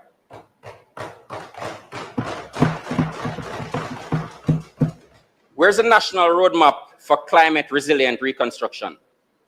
Madam Speaker, the minister referenced a proposed climate finance committee. This is welcome, but it is not sufficient. Jamaica needs a national roadmap for a phased move to climate resilient infrastructure, including 1, the identification of the lead institution responsible for climate resilient investment across government. 2, a prioritized and costed project pipeline of roads, bridges, schools, drains, coastal defenses, water systems, health facilities, and agriculture. And learning loss is one of the major consequences of climate change.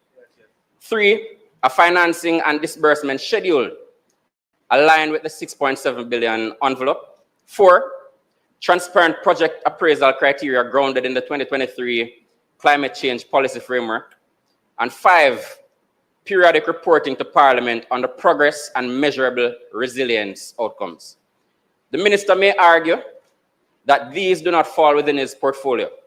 I disagree. Every vulnerable institution falls within the portfolio, and it is the responsibility of the minister to hold his colleagues accountable to ensure that climate considerations are taken into account every time a policy decision is made. Madam Speaker, without a roadmap, the country will rebuild vulnerable, and this House cannot allow that. The Minister reports that Jamaica intends to submit 2 projects to the Loss and Damage Fund. But Madam Speaker, the fund begins disbursement in 2 weeks.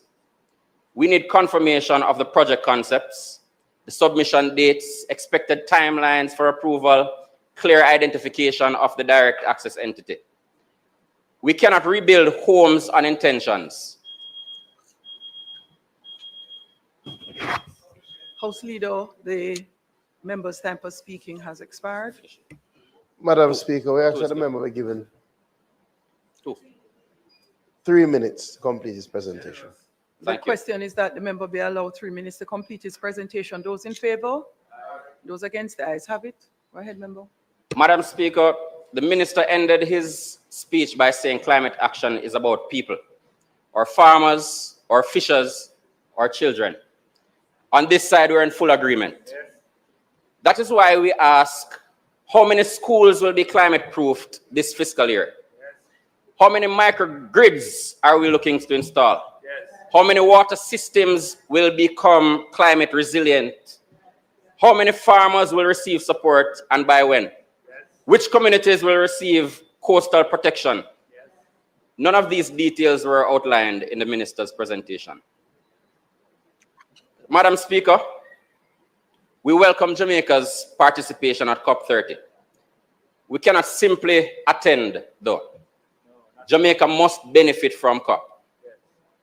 And I note the commitments coming out of, which amount to about 7% of the required resources to rebuild.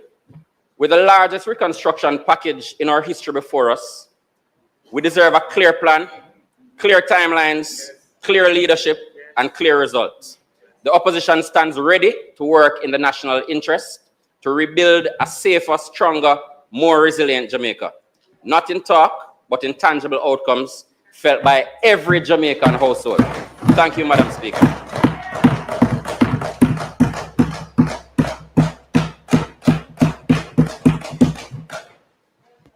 Any questions? Member from Port Royal East and a member from Westmoreland Central. I have not seen anyone else. Go ahead, member from Port Royal. No, it is East Kingston and Port Royal. East Kingston and Port Royal. Minister, just 2 clarifications. And just want to be clear that you mentioned that $20 million will be available by the 31st of December under the PPCR project. This is definite, not the financial year, but the end of December. All right. Secondly, in relation to the institutional framework, we're still not too clear of the role of the Development Bank of Jamaica and the JCIF. And probably you could use this opportunity just to explain how they fit in to the matrix, and in that regard also to be specific about the role of the ministry as part of the implementation arm.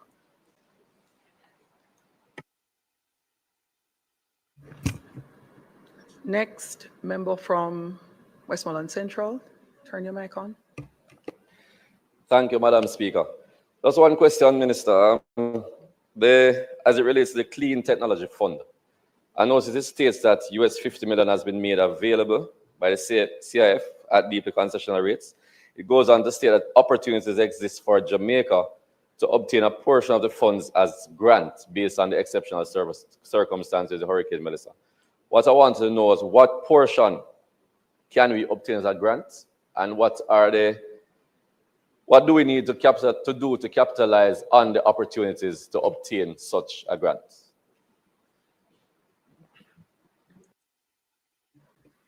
Minister, may I proceed? Thank you, Madam Speaker, and thank you, colleagues, for their comments and questions. The first one to be addressed is under the UNFCCC framework and the Paris Agreement. The NAP is not past due as was suggested, which is the National Adaptation Plan. In fact, you had to submit your updated NDCs, which is your nationally determined contributions, in September, which Jamaica met its deadline before you could table your NAP or your LTS, which is your long-term strategy for emissions reductions ahead of 2050. So Jamaica is actually on time and in line with its commitments. To note, in its first NDCs, Jamaica would have been 11th in the world to submit its NDCs. We have, I think we're third in the region this time around with our updated NDCs, and our NDCs in the region were the first to contemplate land use, or the first to contemplate carbon capture and blue carbon from your mangroves, and indeed your carbon capture capacity off of the Pedro Keys. And yes, clearly speaks to your adaptation targets. But Madam Speaker, it's important for those watching both in the House and at home to understand that this was a statement about Jamaica's participation in COP and not a broader thesis on Jamaica's climate change realities, which I'm happy to give the member at the appropriate time. However, I think it's important that we note and be very clear, because these are international obligations. Jamaica will meet its NAP timelines and obligations, but Jamaica's NAP, being its National Adaptation Plan, will be better informed than the rest of the developing world, because Jamaica has spent the time to develop what's called the JSRAT, the Jamaica Systemic Risk Assessment Tool, where through a supercomputer, we've analyzed tens of thousands of data points and the entirety of Jamaica's broad-based infrastructure, meaning housing, the GPS grid, the water network, and we are designing our National Adaptation Plan based on a full analysis of all of our infrastructure weaknesses, of all of our sector realities, whether it is the agriculture or fisheries sector, whether it is our tourism sector. It will create the roadmap to adaptation targets. But let's be very clear. In our public investment appraisal process for infrastructure, Jamaica is the only country in the region that analyzes all investment through the climate lens. That happens now. That happens in the post-IMF era. That is just a reality. So we cannot suggest or accept any suggestion that we do not already contemplate climate risk in our national investment and in our queue of projects. Madam Speaker, Jamaica will complete its NAP. Jamaica will complete its LTS strategy. But to note, the climate policy that Jamaica has already tabled in this House outlines, I believe, pretty clearly the role of the varying entities in managing climate change. One thing to note, and it would have come, and the member from East Kingston and Port Royal should recall, in the Standing Finance Committee earlier this year, we did discuss the establishment of a climate finance unit to be housed at the Ministry of Finance, and that is going through its process now, which we expect to be complete at the end of the year. I'm not sure about the disruptions to work because of Hurricane Melissa, but certainly is projected to be done this year. To note, the Climate Finance Committee is to ensure there is no slip while that institutional capacity is being built at the Ministry of Finance. Now, the climate work that we do is undertaken by a number of MDAs, and that is not unique to the climate change space. The ministry does have coordinating authority for the subject area, but as with national security, which has varying agencies that contribute to the security of the nation, you have customs and revenue protection and FID at finance, you have the JDF at OPM, you have varying entities right across government that contribute to your security. Similarly, you have varying entities that contribute to your development plans through the lens of climate adaptation. That is not unique to this particular portfolio. Now, to note, yes, for clarity, the PPCR drawdown is available to us before the end of December. Now, why it is available to us is that Jamaica would have completed its PPCR project, but has a framework in place, meaning the steering committee, the implementing agencies, the oversight capacity is already in place, and the IDB is our partner, implementing partner on the PPCR project. So it doesn't require reinventing or resubmission of the framework to be able to draw down on the funds. Now, this is for resilience works that include water storage, water harvesting, climate smart agriculture, drip irrigation, those sorts of projects. So basically, we'll be re-engaging the project and moving to assist those who have been impacted the most. As it relates to JSIF and DBJ's role, I think you have to differentiate between their role through the GCF lens relative to their role in terms of their national mandates. DBJ, JSIF, and PIOJ are accredited entities of the GCF, meaning they're able to submit projects and receive funding and implement on the nation's behalf. In the context of the GCF, we expect the DBJ to house our blue-green fund, which will then mobilize funds much faster to small-scale projects throughout the country. We expect JSIF to do your infrastructure, integrated type projects, and we expect PIOJ to do your technical work in terms of overseeing the greening of the central bank, which, as you know, is complete, overseeing the ability to list green bond, the project that got the, sorry? Well, the new economy is green. And the management of the country will be green for a very long time, so nothing is wrong with that. But so that's the role in the context of the JSIF. But I think the mandates of DBJ generally are well understood. The mandates of PIOJ and JSIF are well understood. They have participation and membership on your climate advisory board, so they're fully aware of where we're going and what the risks are and what it is we undertake. As it relates to the question from the member from Central Westmoreland, the CIF CTF limits tend to be in the range of $10 million.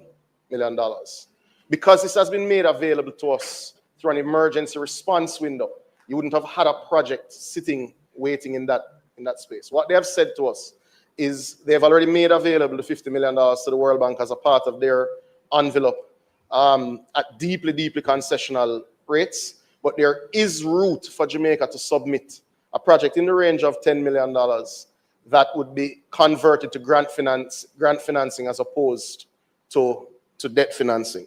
I think that answers the questions, Madam Speaker. I thank you. Thank you, Minister. House Leader. Madam Speaker, I now ask for the recommittal of announcements and notice of motions orally.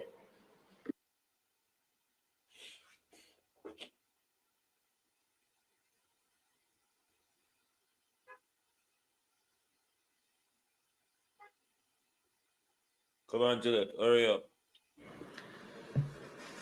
Because I know we don't come about Uno. Announcements? Oh, sorry, the question.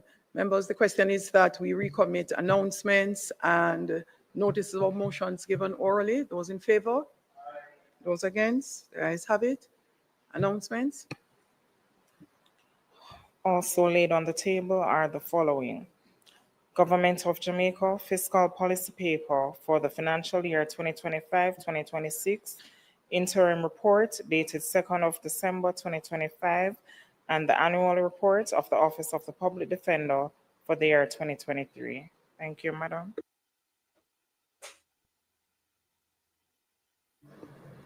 Notices of motions given orally. Finance.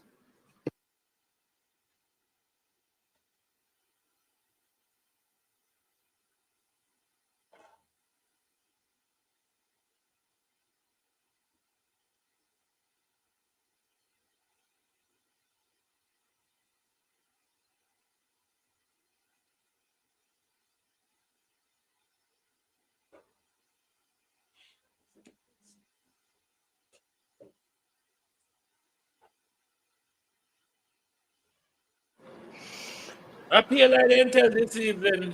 I favor shall come. Madam Speaker, I beg to give notice that at the next meeting of the House, I will move the following motion. Be it resolved that the fiscal policy paper for the financial year 2025-26 interim report as laid on the table of the House on the 2nd day of December 2025 be referred to the Public Administration and Appropriations Committee of the House of Representatives for consideration and report. Madam Speaker, I further beg to give notice that at a later stage today, I will move for the suspension of the standing orders to enable me to take that motion.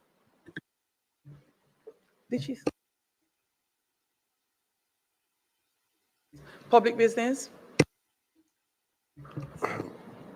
Madam Speaker, in public business, we will hear from the Minister of Finance as she tables the third supplemental estimates.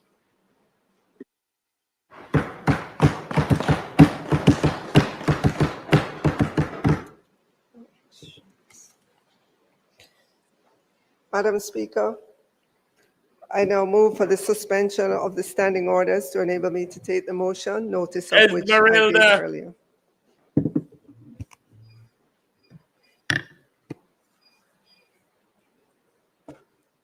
Minister.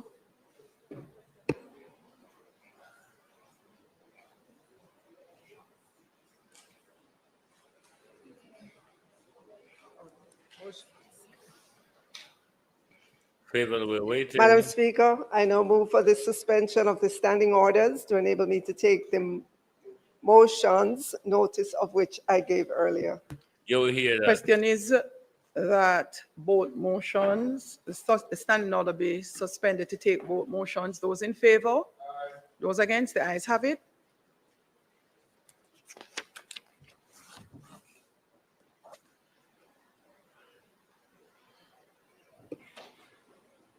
Yes, Minister, you may commence. Okay.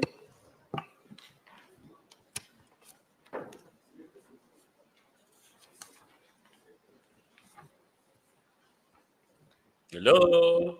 Madam Speaker, before I table the before I refer the third supplementary and fiscal policy paper, interim fiscal policy papers to the PAAC, I'd like to make some comments. Madam Speaker,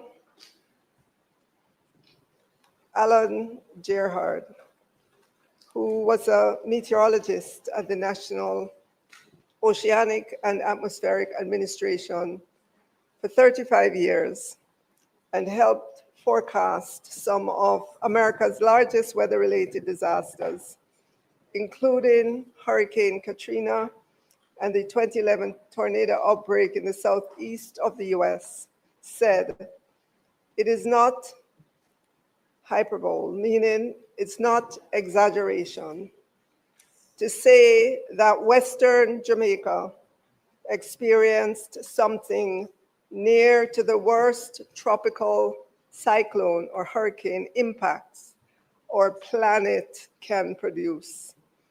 Madam Speaker, he did not say it was the worst the Atlantic Ocean can produce. He said it was the worst hurricane impact our planet can produce. So, Madam Speaker, to the destruction, to the people of Western Jamaica, from Hanover to Westmoreland to St. Elizabeth to parts of Manchester to Trelawney to St. James, I say to the fellow Jamaicans there, we are so deeply sorry for what you and your communities have endured and the devastation you're facing. There are no words to properly capture what you have gone through. We are in awe of the resilience you're showing. Your strength is incredible. We stand with you and want you to know that this government is here to support you in rebuilding your homes, in rebuilding your... Write it down. Okay, if there's one AI site builder you need to meet, this is Dope Tech from Wix. Now, this whole flow is a... But most of all, this government is here to help you to rebuild your future. Thank you to the people of Jamaica, the diaspora, Friends of Jamaica, international partners, NGOs or CARICOM partners, countries of the world for the outpouring of support. Madam Speaker, I want to thank the World Bank and the IDB for their global rapid post-disaster damage estimation report. It chronicled every sector of the economy and gave us, in pretty rapid succession, the extent of the damage that we suffered. It also looked on a parish-by-parish basis, and we know now that St. Elizabeth, in terms of the damage, was the worst. 2.3 billion worth of damage. St. James was next at 1.8 billion, and Westmoreland at 1.4 billion. Value of residential damage, including content, total non-residential damage, including content, total infrastructure damage, total agricultural damage. That was what was included in that number. Of note, Madam Speaker, the damage assessment does not include the broader economic losses, which can be about the same or higher than the physical damage for infrastructure, residential, non-residential, and agriculture. So layered on top of that would be the economic loss in terms of business and other disruption of services. Madam Speaker, we can tally up the physical and economic damage. And by now, we have a pretty good handle on that. But Madam Speaker, the greatest unknown is the impact that the Hurricane Melissa has caused on the psyche, which is the soul, the mind, the spirit of Jamaicans who have lost their homes, their belongings, their communities, their churches, and their familiar way of life. In much the same way we are moving with haste to begin the reconstruction, we must include the mental well-being of our people in that process. Madam Speaker, that we are here sitting, and in my case standing, talking about the damage means we're alive to see this day. Not so. Several persons who were reported to have lost their lives. We grieve with those families and ask God's blessings on the families and friends as together we assist them to rebuild their lives and their dreams. Madam Speaker, this government's steadfastness in remaining true to fiscal prudence, despite the siren song of some who wanted profligacy and run with it budgets, or steadfastness has served us well. For 10 straight budgets, we have demonstrated a resolve through different ministers of finance and different administrations over on this side. Jamaica must emerge from being always in need of a program to keep its finances on the straight and narrow. Madam Speaker, there was a particular chart that I had in my budget speech in February of this year, and it had to do with our framework for national natural disaster risk financing. And at the time, I said, Madam Speaker, the commitment of this government is to continue strengthening our multi-layered national natural disaster risk financing and to fill in any gaps that we have. And at that time, in February of this year, I announced that by March of this year, we would add another instrument for an amount of Jamaican 6.5 billion to bring the total of what would be available to Jamaica to 130.6 billion at that time when I addressed the House in February of this year. And I also said, of course, how much we can access will depend on the severity of the disaster. Well, Madam Speaker, we know now how much was available and how much we were able to access. Madam Speaker, as I said then, that we're continuing to expand our disaster risk financing. Now I'm already speaking with our international partners, and I can report that our disaster financing with Caribbean Catastrophe Risk Insurance Facility was already reinstated, Madam Speaker, up to the US 91 million, and we are discussing increasing that coverage.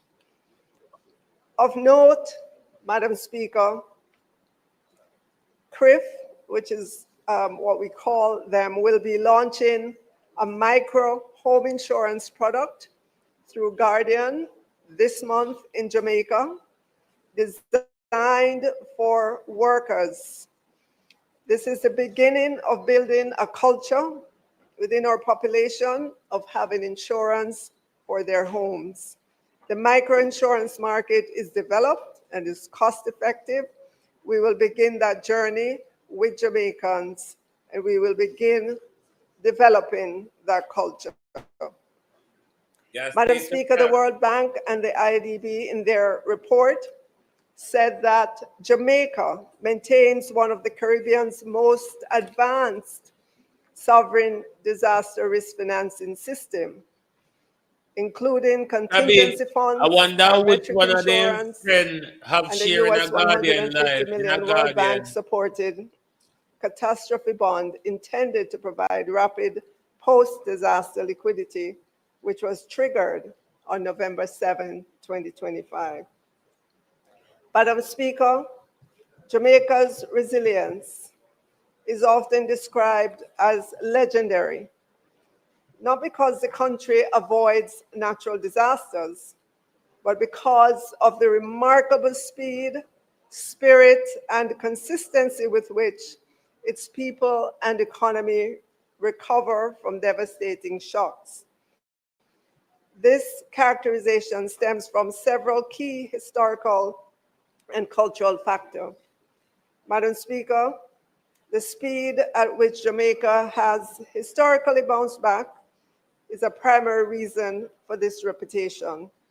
If you recall, Madam Speaker, Hurricane Gilbert in 1988, despite it being one of the most powerful and destructive storms ever at that time to hit the island, the tourism sector, for example, largely reopened within weeks or months, demonstrating an immense collective effort in cleanup and repair.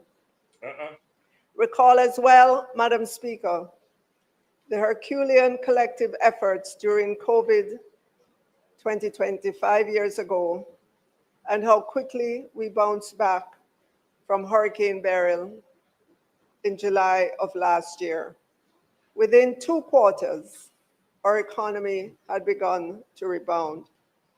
Our resilience, Madam Speaker, is also in the sectoral bounce back.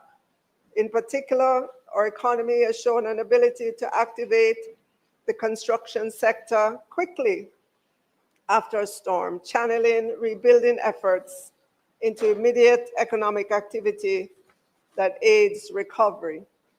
Additionally, Madam Speaker, in the agricultural sector, the Minister of Agriculture, Fisheries and Mining has reported that farmers are back in the field already. Yes. Madam Speaker, Madam Speaker, we only have to reflect that Jamaica's economy was surging before Hurricane Melissa. Yes, it was surging. Yes. So, Madam Speaker, our popular phrase, "we little but we tallow," translates roughly to "we are small but we are strong." It encapsulates a cultural mindset of defiance, determination, and pride in overcoming adversity, whether economic hardship or natural disaster. Madam Speaker, at the economic and institutional level, Jamaica has built systems to manage disaster risks that reinforce this resilience. The government's continuous process of reviewing and improving disaster management plans and infrastructure standards show an institutional ability to adapt and to learn from previous events, reinforcing long-term resilience. Madam Speaker, the legendary nature of Jamaica's resilience lies in the combination of the indomitable spirit of its people, strong community bonds, rapid physical recovery times, and proactive financial management strategies for managing risk. I have no doubt, Madam Speaker, that all of us will come back from this. We will rebuild together. Madam Speaker, the Bank of Jamaica recently reported that Jamaica's gross international reserves remain robust relative to the assessing reserve adequacy benchmark.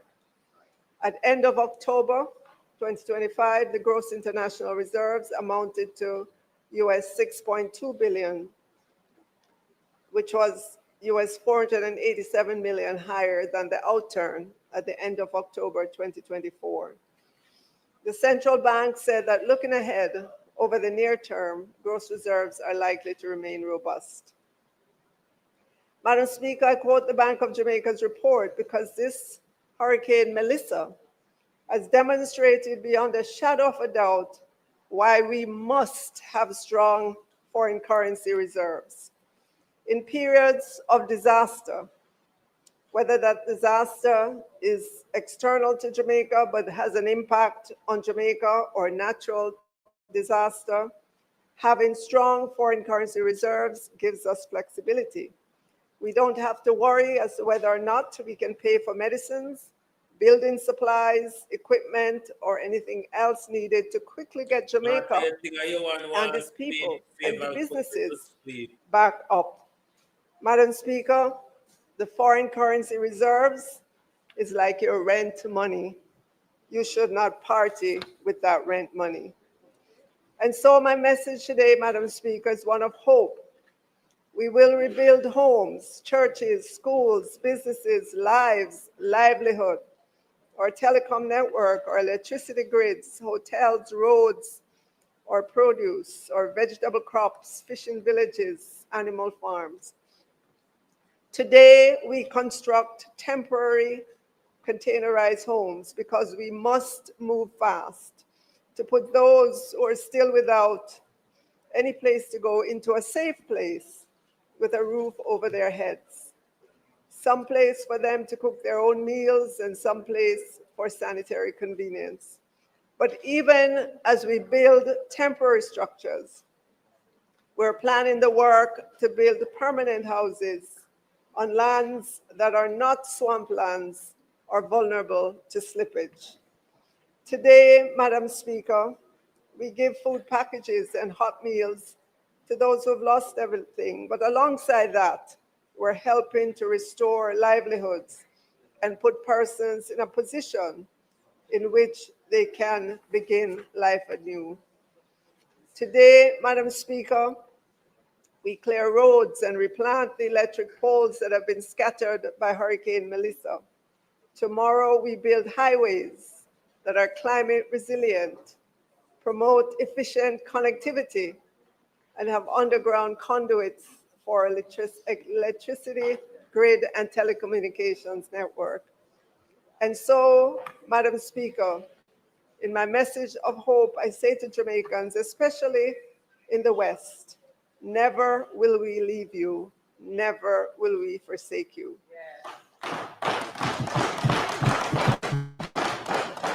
Madam Speaker, today I bring the third supplementary to Parliament to reflect the recovery, reconstruction, and resilience building that must happen, as well as the normal business to which we must attend. The good order of government dictates that the Planning Institute gives its estimate of GDP growth, and the Bank of Jamaica also gives its outlook for inflation, net international reserves, the balance of payment, the status of the financial sector. This information then becomes the basis for the Ministry of Finance and the Public Service to project the Hurricane Melissa impact on tax revenues, impact on expenditure, debt to GDP ratio, and fiscal balance among the important variables. This information then goes to the Independent Fiscal Commission that verifies that the impact of the hurricane on the economy is at least 1.5% of GDP, because that is the law that guides suspension of the fiscal rules. We have that report from the Independent Fiscal Commission entitled Validation of Fiscal Impact of Hurricane Melissa for the suspension of fiscal rules, fiscal year 2025-26. It states that based on the information provided by the Planning Institute of Jamaica and the Ministry of Finance and the Public Service, the fiscal impact is estimated at 5.3% of GDP over the period fiscal year 2026 to fiscal year 2029-30. Let me read that again. The fiscal impact is estimated at 5.3% of GDP over the period fiscal year 2025-26 to fiscal year 2029-30, well above the legislative threshold of 1.5% to trigger suspension of the fiscal rules. As such, the order, which we will take today, subject to affirmative resolution, will permit the fiscal rules to be temporarily suspended for at least an initial period of 1 year. This is how the law states it. If it warrants an extension, then the Ministry of Finance and the Public Service will present the case. Madam Speaker, our international partners have rallied to our support with a major package of financing and grants. Of that amount, US $2.4 billion is targeted at the private sector for major projects. We thank our international partners. The swift coming together was only possible because of the confidence they have in the economy and the government of Jamaica. This is a huge vote of confidence, Madam Speaker. And we will use the funding for growth-inducing capital expenditure, the kind that ensures we get productivity. I know that Minister Samuda is ready for that water and sewage distribution system to accommodate massive tourism growth, increase in the quantity of reliable water to Jamaican households and our agricultural sector. I'm sure all of us who have traveled to Western Jamaica noted that the highways have stood up, and Prime Minister is ready to continue creating our resilient road network and digital infrastructure with access to affordable broadband so that our schools and our homes, our schools can be fully equipped. In all of this, Madam Speaker, there are lessons for disaster risk financing and stable macroeconomic policy framework. And the main lesson for disaster risk financing is to plan in advance by using a combination of pre-arranged funding tools and risk transfer mechanisms like insurance to respond more quickly and predictably to disaster. It also teaches that a single instrument is insufficient and that strategies must be layered to cover different risks and response timeliness. Madam Speaker, embracing stable macroeconomic and fiscal discipline is a culture and a discipline that we will continue to build because it provides the cushion for disasters such as this, in which our real GDP is currently projected to decline by 4.3% for fiscal year 2025-26, compared to the growth forecast of 2.2% presented in the annual fiscal policy paper in February 2025. Over the medium term, Madam Speaker, real GDP growth is expected to average in the range of +1% to 2% as the economy recovers from the contraction projected for this current fiscal year. Big Minister We of also Education expect can barely inflation to read. stabilize within the target range of 4 to 6%. In the external sector, the current account as a percent of GDP is projected to remain in surplus, averaging about 0.7% over the 3 years following fiscal year 2025-26. Madam Speaker, our debt to GDP, which is a number that I know many Jamaicans know and follow. Our debt to GDP is projected to increase to 68.2% by the end of this fiscal year. So I want to say, I know that there are some persons who call themselves economists or analysts who jumped out. Yes, around Stanheim and Yata, John GDP. Crow. Those projections were way off the mark, and they do not resemble anything that looks like Jamaica. Madam Speaker, if you recall, we ended fiscal year 2024-25 at 62.4% debt to GDP and was on a path to be at 60% by the end of this fiscal year, which is 2 years earlier than planned. In the medium term, starting with fiscal year 2026-27, we project that the debt to GDP ratio will begin again to decline, and we're expecting to see that at 66.1% and then to 63.8%, followed by 63.4% in fiscal year 2028-29, and settling out at 64.2% by fiscal year 2029-30. 64.2%. She don't understand what she reading. So, Madam Speaker, with the announcement yesterday from our international partners As you heard the Prime Minister say, a virtual meeting this morning, in which they heard from the Prime Minister and other conversations that we've been having. In time, we will get the specifics of those facilities.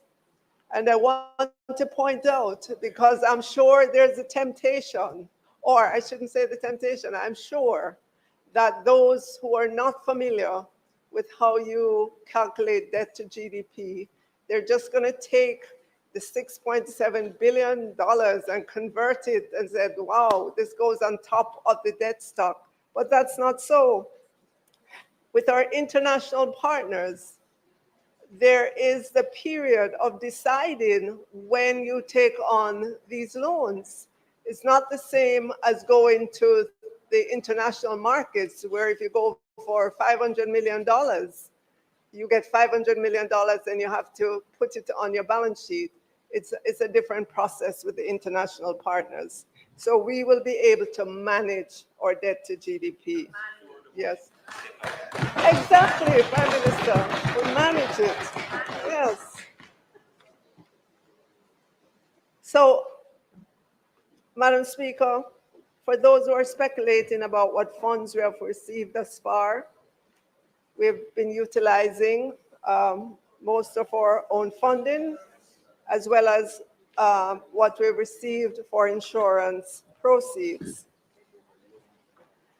And I'd like to say, as we go forward, we will obviously increase the granularity of what we report on, but I can say that I can report that all in-kind supplies that were consigned to ODPEM will be accounted for. You heard Prime Minister talk earlier about the system that is becoming available there. At our seaport and airports, all of the in-kind that passes there for individuals, companies, charities that come through customs will be accounted for. Already, I have a report from customs that shows me the value, how many persons or how many, what was the input through the customs system. Individuals who bring suitcases or of supplies for families and friends via their checked or unchecked baggage on flights, obviously, that's not going to be accounted for by the government. Cash and kind sent to the opposition, families and friends, obviously is not going to be accounted for by the government.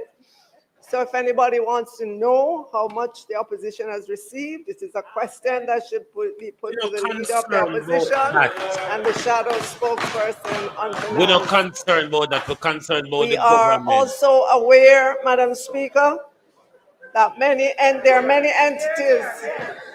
There are many entities. There are many entities that launched various platforms to bring in funds to help victims. There was no requirement for those private entities to pool their funds with those that came into government. We applaud the private entities, but those are not funds for which the government can account. Madam Speaker,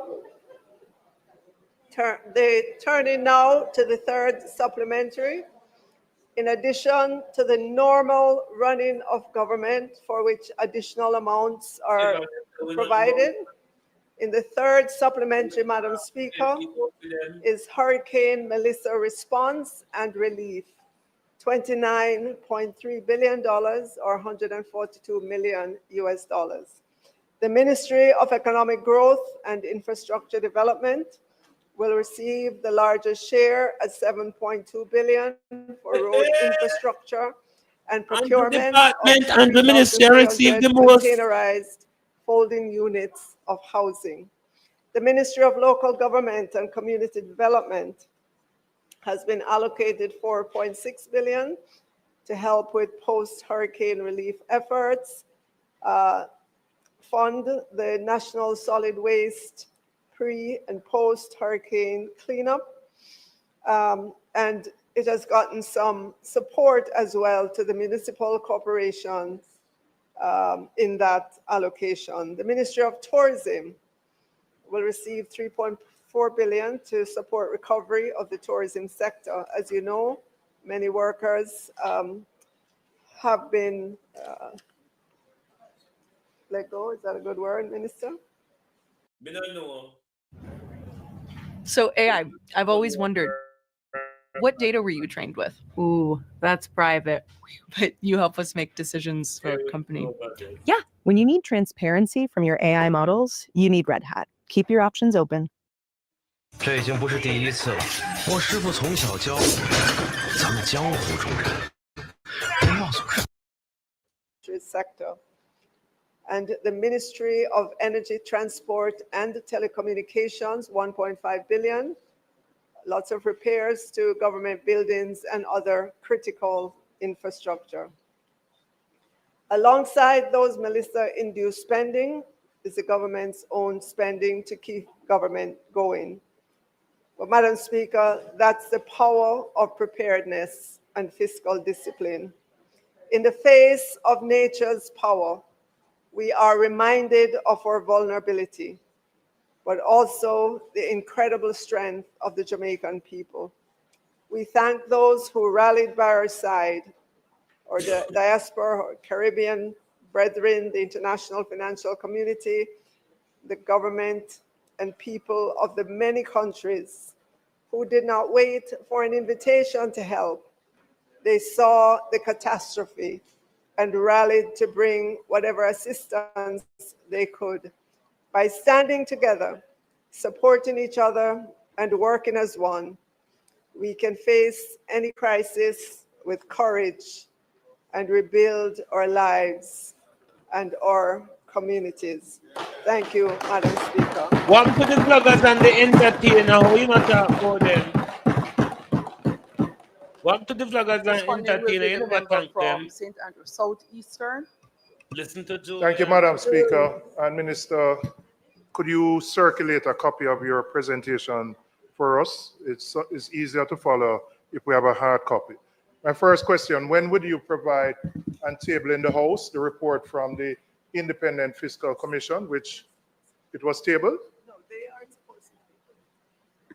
They are provided a report. It's normally sent directly to the Parliament and then tabled here, which would affirm the suspension of the fiscal rules. So it has been sent to the House, because that information is important for certainly the PAAC and for us as an independent body to assess the information in the supplementary budget. The report and the order. All right, well, you can, when you respond, you can give me that detail. Okay, so so I'm asking for that to be tabled. You went into the debt to the GDP projections for the next 4 to 5 years. Were these projections done prior to the announcement of the package of $6.7 billion US dollars? And if so, will you have to revise these based on the details of the loan grants, etc., which will be worked out? Can you indicate to the House when you'll be able to come back to the House to give us details of the $6.7 billion US dollar program, which was announced by the IFIs yesterday? Because it is difficult to have an informed discussion about the debts without knowing those details, without knowing whether there are moratoria on the loans, what the repayment periods are, etc. So if you can give me a time frame for that. And you mentioned growth-inducing capital expenditure. What is the government going to do differently now from what it has done over the last 4 to 5 fiscal years, where we have underspent our capital budget by significant amounts? We have had to reallocate the capital budget for recurrent expenditure and many other different things. So what is going to be different in this environment so that we can actually spend the very limited capital budget, which generally is only about, from central government, 5% of the overall budget, and if you add the public bodies, another 5%. So it would be important to understand what we will be doing differently to ensure that we spend the money so that we can achieve the economic growth that you project.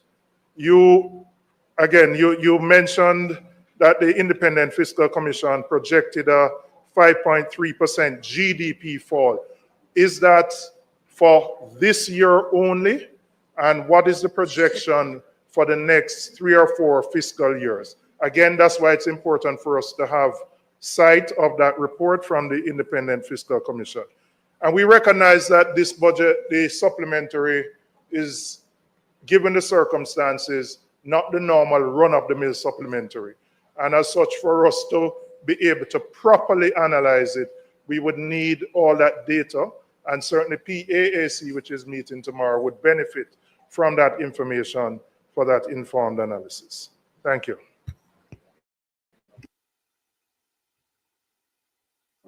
And next, the opposition leader, and after that, the member from Portland Eastern.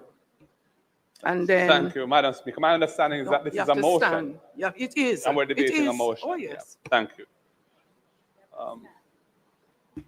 Minister, it really would have been helpful if you had circulated a copy of your presentation to us, because there is a lot of detail and important information in it. And it's much easier to follow and respond to that if we have it in writing. So I'm hoping that that will be done.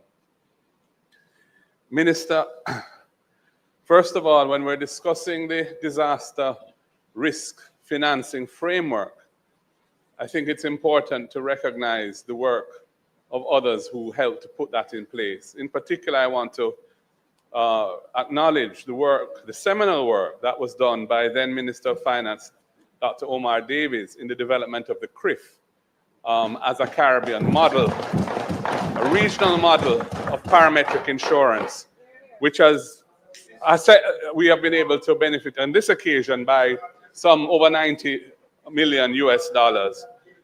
So I think it's important, and I want to put that on the record of the House, because sometimes those contributions tend to be overlooked. Madam Speaker, we have a fiscal policy paper here, which I look forward to reading, but just on a quick glance at the content of it in relation to the public debt stock, clearly it was prepared in advance of what was announced yesterday by the multilaterals and that very large financing package which Jamaica is being offered of $6.7 billion US. The projections in the fiscal policy paper, therefore, I assume, are predicated on the state of things which existed before that financing became available. And so I join and endorse what the shadow spokesman for finance has said as to the need to see updated projections around those debt to GDP numbers, and indeed our growth numbers, given the additional resources that will be taken on board to finance the recovery.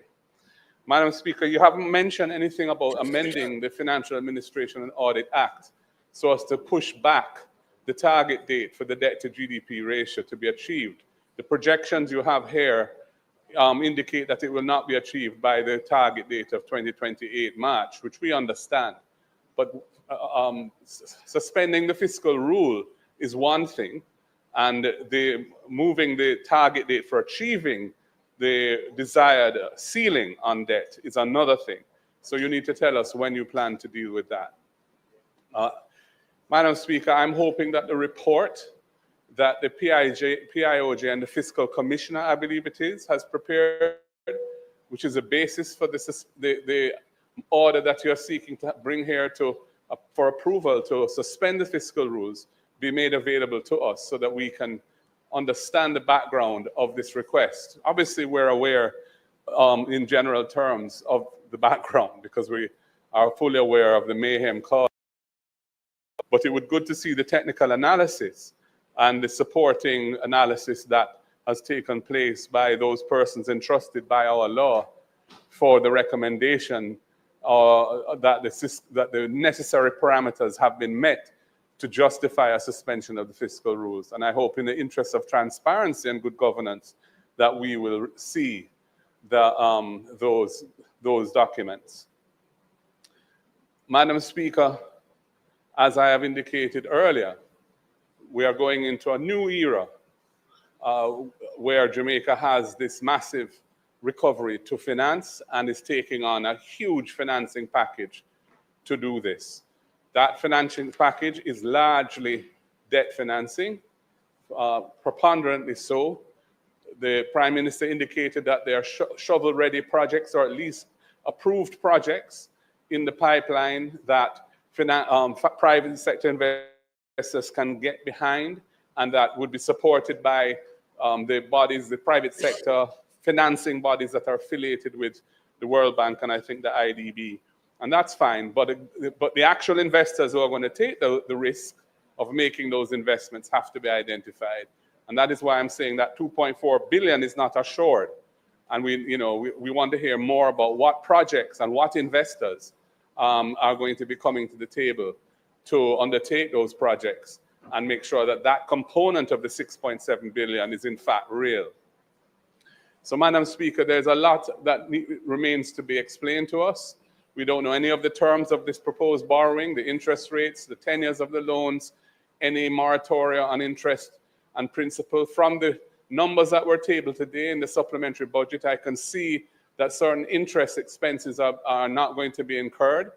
So I assume that means that those multilateral lenders have agreed to suspend the obligation to pay during this period. I'd like to know for how long that suspension is going to last. I don't think that Jamaica has natural disaster clauses in any of our borrowings. I'm not aware of that. That has been pioneered by Barbados in their bond offerings, and I believe Grenada also took advantage of that, that where an event of a calamity of this nature caused by some natural disaster takes place, there's a period of suspension of debt payments for the duration of the effect of the disaster on an objective basis. And of course, that releases significant cash flow to help fund the country through that period. I don't think we have that formally in our certainly in our bond documentation. I don't know whether there are any public sector borrowings from multilaterals that have it. But even if there aren't, from what I'm seeing in the supplementary estimates, the multilaterals have agreed to suspend some of their payments because we're seeing savings on interest payments in the supplementary budget from the multilaterals. Perhaps you could tell us a bit more about that as well. So, Madam Speaker, I look forward to more information on this proposed order to suspend the fiscal rules in the interest of transparency and good governance. Thank you.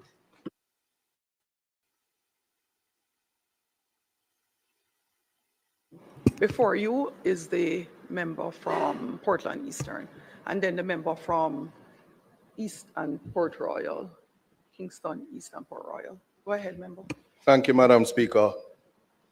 Minister, I would like to ask what would have informed you in relation to your decision for the importation of container homes, which are not yet here, and spending or foreign exchange to do so? And was there a comparison? Was there a comparison between whether or not it would be more feasible to actually build starter homes using concrete that would certainly stand up to a Category 5? That's the first question that I'm asking. The next question, the next question I'm asking. Oh, I know, but I'm asking that I would like answer. I would like you to answer that question though, in terms of helping me. The next thing, the next thing I'd like to know, if it is that, as you would have said, that there is a projection of 68% for the debt to GDP. How is it? How is it consolidated where Melissa is said to have wiped out 41% of our GDP? How can you consolidate that?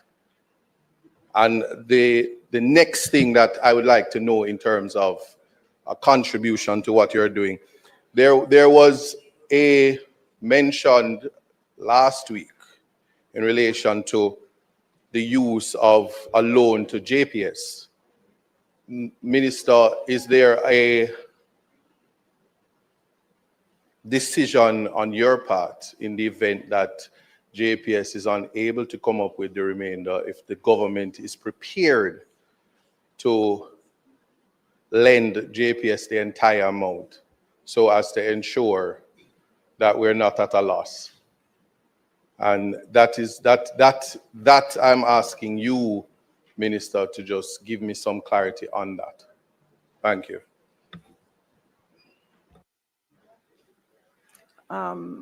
Members, the new members, so this section is a debate on a motion. Nothing is wrong if you ask questions as well, but it's not quite question time. So at this session, you have a little bit more time if you have also come prepared to debate on the motion. Thank you. Madam Speaker, in relation to today's tabling of the third supplementary estimates and the acknowledgement that we really don't have a complete picture having regard to the announcements made earlier by the Prime Minister, is it reasonable for us to proceed with this debate for the third supplementary estimates? Aren't we quite likely to return very soon when the picture is far more comprehensive to have a fourth supplementary estimates?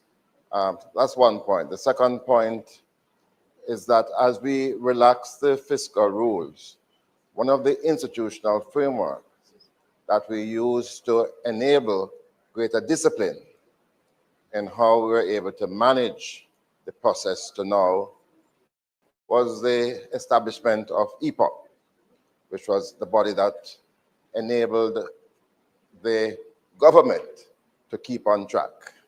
Is there any contemplation of such a body to be reestablished as we now move back into a higher level of debt to GDP?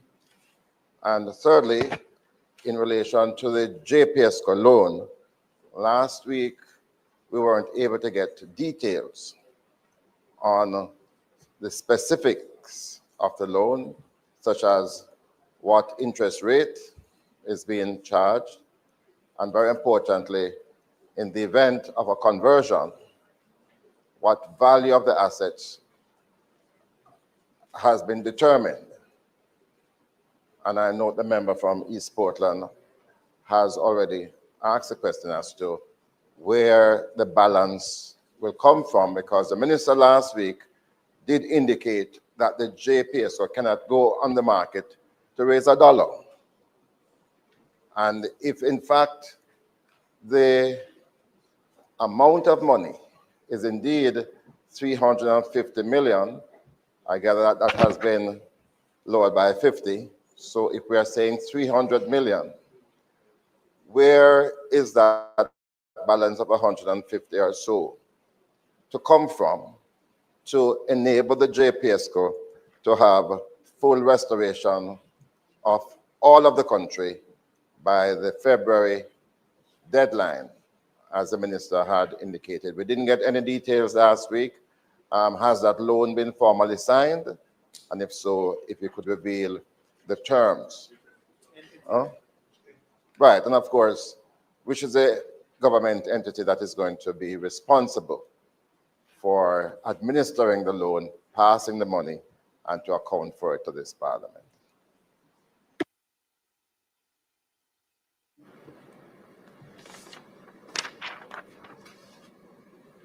Member from Westmoreland Eastern, you're next. Thank you very much, Madam Speaker. Minister, earlier you said that the damage is greatest in St. Elizabeth in relation to the monetary value. And I'm not debating that, because I suspect that is based on the assets that they had before and the damage to that asset that would give that. What I wanted to know was more about the number of persons that were damaged, because the fact that Westmoreland had a greater number of board houses would put a greater number of individuals being displaced, and the value of the board house would be cheaper than the more permanent structure. So it's easy to get a figure that suggests that the damage is greater in that parish. However, the impact may be greater, or from what I'm seeing, is greater in Westmoreland. And some, like St. James, would have hotels and those other things that clearly are more valuable, and therefore it's easy to see how they would have a higher cost. So the number of houses damaged, and that leads me into the point about the number of container homes that are being ordered. I think the Prime Minister had said 5,000 in an earlier presentation, either here or elsewhere. 5,000 for the container homes. But what is reflected here is 3,300. So, right. So my issue is that the assessments that are being done to determine how many persons have been affected, whether or not we have current numbers on that, because from Eastern Westmoreland alone, our estimate is that we have more than 5,000 houses that are totally destroyed, not damaged, totally destroyed. So the budgetary allocations that we are making, if we are making allocation for 3,300 containers, there has to be another allocation then that is looking at some other temporary solution to get these persons the dignity of having shelter over their heads. Because some of these persons are currently in some of the shelters and need to vacate so that we can get on with school. Because then we have a different complication of the learning loss that is going to take place if students don't have access to the schools. And you have persons who cannot benefit from a container home because they cannot get to the location because of the terrain. So the container home is going to require that you have to use a crane to take it there and to stand it up.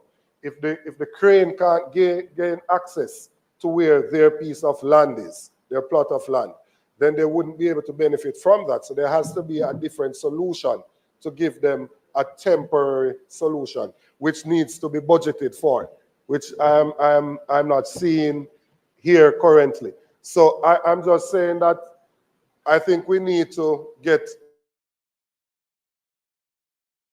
more up-to-date numbers so we can get what the true dislocation is of the persons in those 6 parishes. And then we can make adequate provision for temporary shelter for them, because it is a pressing issue.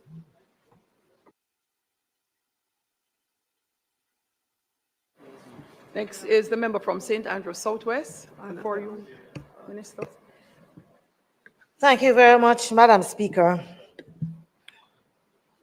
Minister, I wanted to follow on from where the member from Westmoreland Eastern was talking, the last point made.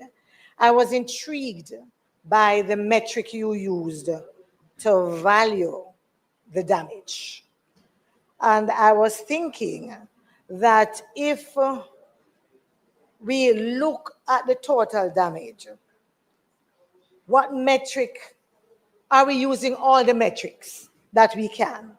For example, what is the value of a board house versus a concrete house?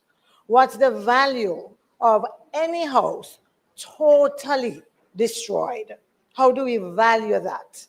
What is the value we put to the trauma of the number of individuals in a parish, which would then be subject to more people, a higher level of trauma? How is that valued and how is it compared? What is the value of lives lost? There are some parishes, some constituencies where more persons have died than other places. How do we value those? Yeah? And I guess by now you realize that what I'm saying is that there are different ways of valuing it. All of them valid. All of them valid. And all of them would probably therefore have a different ranking of priority depending on what we use. So I want us to be very clear on that and to make sure that as we seek to rank these constituencies, these areas, that we take all of this into account. So that's one. I was also thinking, Madam Speaker, to you, Minister, that as we move to use the fiscal space that is being created and to spend the financial resources that we are looking at now, whether it is for relief, for recovery, for reconstruction, that it is important that all Jamaica having made the sacrifice, the space now being created, that the benefits accrue to all Jamaicans. And I know that the Prime Minister, and maybe you yourself, Minister, might get a little touchy when I speak about all Jamaicans, because again, I want to talk about the importance of not being partisan. Yeah? No, it is. And believe you me, I'm going to talk about it every day until I believe that we have gone beyond that. And what I wanted to suggest as one of the ways of moving there is some form of self-reporting. There are more forms of self-reporting so that houses, families who are in remote areas that might not come on the radar, yes, have an opportunity to self-report that here we are here. Individuals in communities who have been missed have an opportunity to say, hey, you came and you missed me. You know, individuals who are in their communities saw their neighbors being interviewed and assessed and what have you while they were good. So I believe that we need to make that known. I know that I think we need to make that known, more widely known. And I think we also need to make sure that it can be done through many ways, yeah, because we know what connectivity looks like in some places, yeah, that if you're going to rely on that solely, it might be difficult. But I think it's going to be important to make sure that no one is missed. And it is something really very dear to my heart. I say to individuals when I'm in campaign, I am going to talk on behalf of the PNP. I am going to fight for the PNP, but I am a Jamaican first. You nor anybody get to claim their Jamaicanness over my Jamaicanness. And I just want to make that clear. Yeah, I just want to make that very clear. Minister, as you were speaking, you spoke about the infrastructure improvement and so on. And you said that for some of these, that how the benefit will accrue to the tourism sector. I am hoping that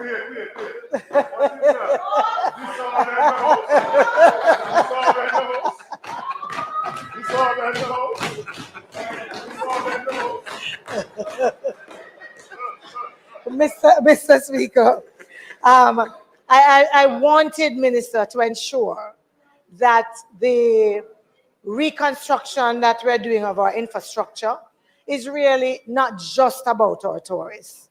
It is as about them as it is about Jamaicans. So, for example, in all that we're doing, I am hoping that the sewage system in Greenwich Town, for example, there'll finally be space to make sure that it is done. That there will, yes.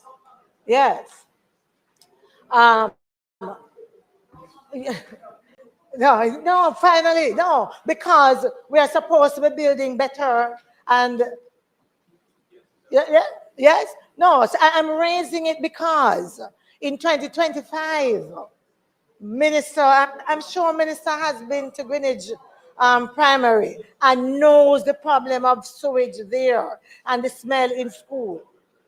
And the smell in school every day. And so as we build better, I am hoping that there is a little space for those issues we have ignored and those issues we have not been able to address, but where the fiscal space might very well allow those to be done. Thank you. I want to remind members that they should just open the issue as it relates to the supplementary estimate not closing yet. She's coming back here with the issue. So we don't have to, look here. We don't, look here. No. Gillette, G must be done. You look like him and Gillette, Gillette, G must Your be done. business is only using 20% of its What a data. place thing is. You could look for the other 80%. You see a place thing? The introduction of the supplementary estimate. It doesn't mean that every member has to speak on it. It's going, she asked for it to go to the PAAC tomorrow. That's all she asked for. The debate is not yet open. When we come back, we can speak. Madam Minister, can you just respond that we can move on?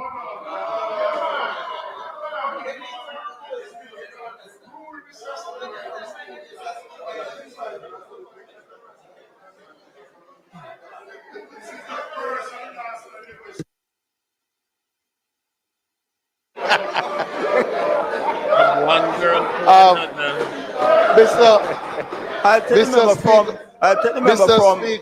take the member from Southeast St. Anne. Yes, that's it. Yeah.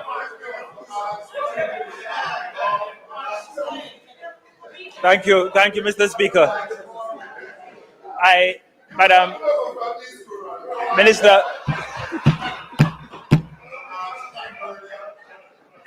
Minister, there is a frustration among. I am the voice of the people, and so yes, from me, because that's what they are feeling. And that frustration, Minister, relates to in a constituency like mine and many of the rural ones that were not as affected. They want the opportunity to get back to work. They want the opportunity. They want the opportunity to be productive again, and they are not getting the opportunity to do so. So in constituencies like mine, we are still less than 60% in terms of the restoration of electricity. So the productivity and the standing up which we're talking about, we're not quite allowing those who can to do so. So when I speak of that frustration, it's because some of those industries, agriculture, which you spoke about quite eloquently, tourism, which you also touched on, these are the sectors in which they work, but they're not being supported to continue, even though where they live is not as affected as some of the other areas. And so I want us to give consideration to that, because there's a mental health, a psychological toll which this is taking, and which, as we talk about the effect, we should not only look at the 5 or 6 Western parishes, but we need to look more broadly, because the effects are far-reaching. In the supplementary estimate, in the fiscal paper rather, mention is made of the claims by some of the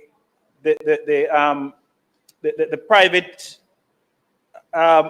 partnerships, the public-private partnerships, including NMIA and SIA, arising out of the COVID pandemic. Member. So the question I want to ask whether... May I remind you that the debate is not yet open. She's going to introduce this stuff here. Look here.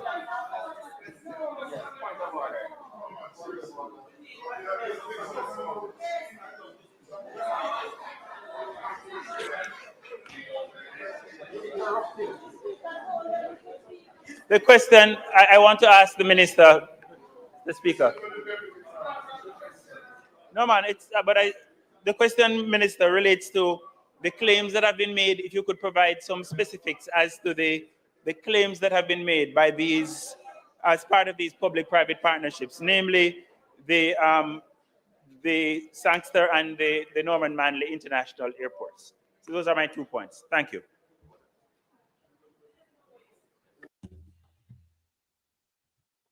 The speakership role globalist, I think he's in a acting position at the moment. In any organization, you can choose who are deputies and who are Thank you, acting in a position. It's Mr. not really a Speaker. promotion. They can deputize I any one rise of to them use to my be the entire 30 acting, minutes on this choose any motion. one of them to be the acting speaker. And you, But as a at stickler for the Gillette standing and orders, Hirai would understand are that. the main speaker.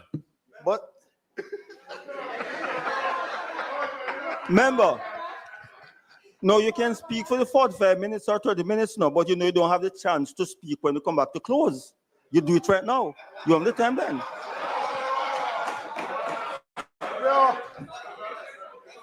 no such thing. Yeah.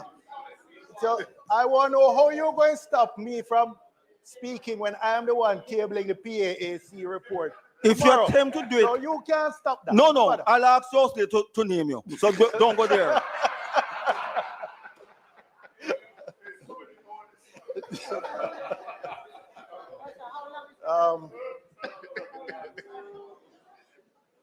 On You see, just like how you have kangaroo courts, you have kangaroo parliaments as well.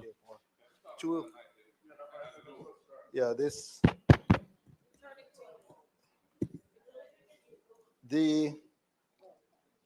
it is an interesting coincidence that the subject I want to speak on is the same one that I was giving notice to ask questions earlier today, which was frustrated. Not the actual questions, just the notice I was giving. And I was prevented from giving notice. However, it is serendipitous that I have this opportunity to treat with some of those same issues. Because I've noticed, Mr. Speaker, that the amounts coming from the bauxite levy in each mentioned both in the fiscal policy paper and in the supplementary estimates have been continued dwindling over time. In fact, for one quarter, there was zero collected in that. And when you look at the impact of Hurricane Melissa They give them about 10-year break. South Manchester, there is a high overlap with the houses damaged and the communities that have endured bauxite mining for decades. In fact, when you go to the poverty mapping that's available from Statin, you will see again there's a high correlation between those communities that have endured bauxite mining for decades and damage from Hurricane Melissa and the highest poverty rates in the parish. So this is why I found it important to be tabling some questions today about the impact of bauxite mining on southern Manchester, because this is an urgent matter for my constituents. Since I've been here this afternoon in Parliament, I've received messages from residents in St. Toulis who are trying to get an understanding from Jamalco, who are scheduled to start mining there tomorrow. What is the arrangements in terms of the common agreements, dust mitigation, compensation, resettlement, etc.? And because there's none, the company says they're just moving ahead, which is why it was so urgent for me to table some questions that the minister, I'm sure, would have answered earlier than the 21 days that the notice that I gave, because it can be done by agreement under the standing order. You see, another important issue, Juliet stifled this evening again. Sector, Minister, we have to continue to monitor very closely, because their contribution to the he's just in an acting position, Morris. Is diminishing, and the environmental liabilities and the decimation of communities are going in the other direction. Those liabilities are rising. And we need, in this parliament, to facilitate real debate of the net contribution of these sectors and how, even as we plan for life after bauxite, but in the interim, how we regulate their impact on the negative impact, in particular on our communities, and ensure that there's some legacy left. That was the nature of the questions that I gave notice of today, properly gave notice of, and that this parliament refused to allow. And the residents of South Manchester will remember this.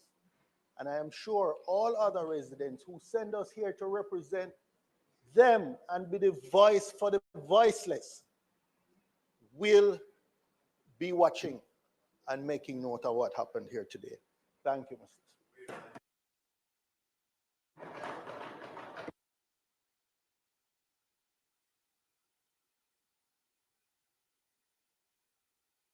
Mr. Speaker, just for completeness on a point of order, I believe that the member's assertion that he properly gave notice for the questions is Yes, false. Lad Green, he did. And is misleading Global, the if House. anybody He now want says put he a was not penny or allowed to give two notice. in the Zelle Both or can't be PayPal, true. So you're free to I do. have to record that the member did not properly give notice. That is all, Yes, Mr. Lad Speaker. Green. He Thank give you. proper You are notice. correct. Minister. All right, members, thank you for your many, many questions. The first one, as it relates to the Independent Fiscal Council, I think the question was the negative 5.3% over the period. That's a cumulative number.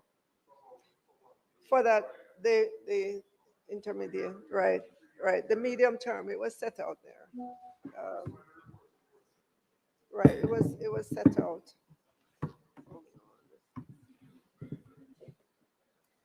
20 fiscal year 2025 out to 26. It's like the next 4 years. Yeah, 4 or 5 years. Hold on. I don't want to give you the wrong thing. But I'll find it and come back to you. Number of years. All right. And your next question had to do with tabling of the report, right? So I messaged the commissioner, and in terms of whether or not it was tabled in Parliament, and he said no, he wouldn't send it to Parliament. The law only requires him to send it to me, and upon my request, which he has done. But I am prepared to bring to Parliament. I will make sure. Yep, no problem. No problem. Yeah. All right. In terms of the debt to GDP, that was calculated prior to the announcement. However, within that, there is some of that financing in the current debt to GDP. All right, there's some in there. And remember, as I explained earlier on, just because you hear 6.7 billion, it does not mean that that is going to come onto the books of the government in one fell swoop, right? Right. So the projects associated with that have to be determined over time, and as you draw down, it will come onto the government's books. So you have control over it. It's not, like I said, it's not like going to the international markets to raise 500 million, and the day you go is the day you get it, it's the day going to the books of the government.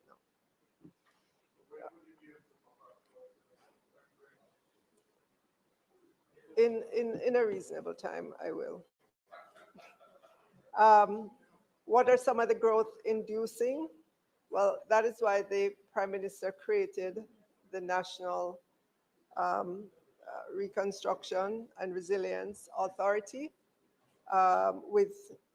It's going to be created with powers to move faster so that we get some of the work done. You asked for a question in terms of CRIF. Well, not a question, you made a statement, and we acknowledge that. CRIF started in 2007, I believe so.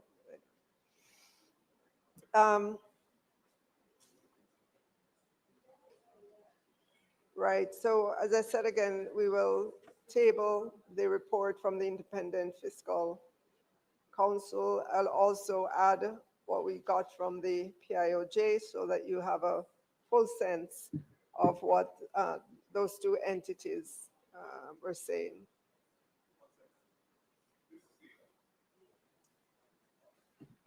On a point of clarification, as I understand it, we're debating a motion. And I believe that motion is to approve an order, a ministerial order. Is that correct? The order suspending the fiscal rule. Is that what we're debating? No, what are we doing? What motion are we debating?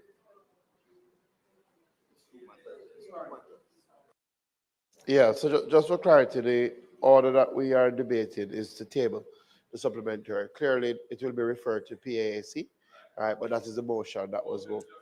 Is just for the referral, the table which has to be referred, and also the fiscal policy paper, right, for both of them. So those two motions have been moved, fiscal policy paper and the supplementary estimates.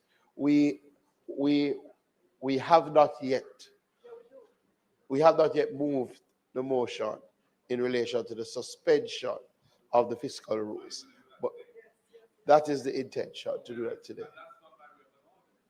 It's done by affirmative resolution, by order. Yes. Well, so that's why we haven't done it as yet. I just allow the minister to finish.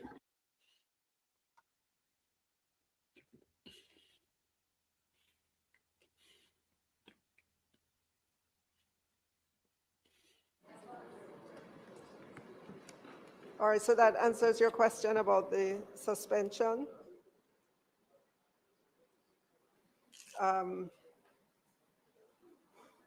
What would have informed the number of containerized homes? I know Minister Montague has been tasked with looking at different housing solutions.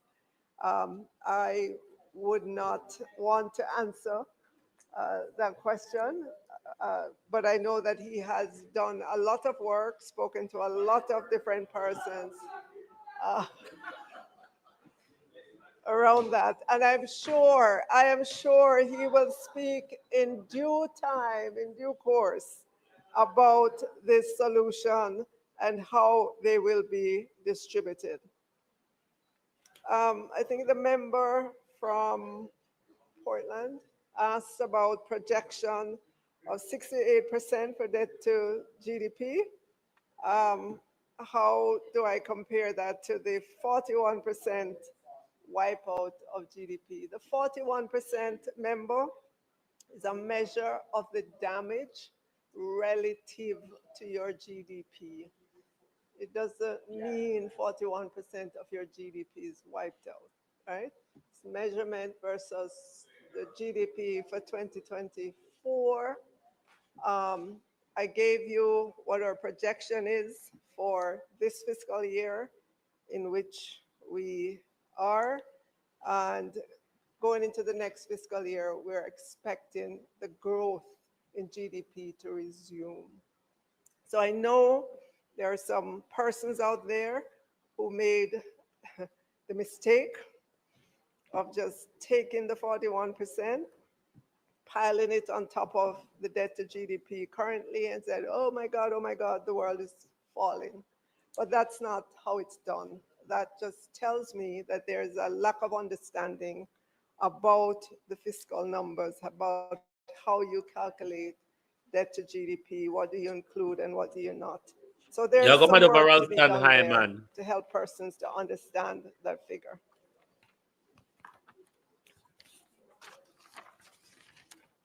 The question about the loan to JPS, is the government prepared to lend the entire amount? I think that was your question. So the loan to JPS was 150 million US dollars so that they could accelerate the pace at which Jamaicans get their lights back, at which businesses get their light back. Madam Speaker, already I can say to you, you don't have to worry that the government is going to lend the entire amount, right?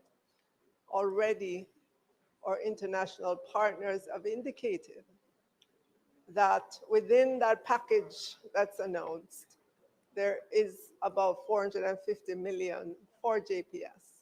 And what that will do is allow for our loan of 150 million to be repaid back to us, so we get back the liquidity.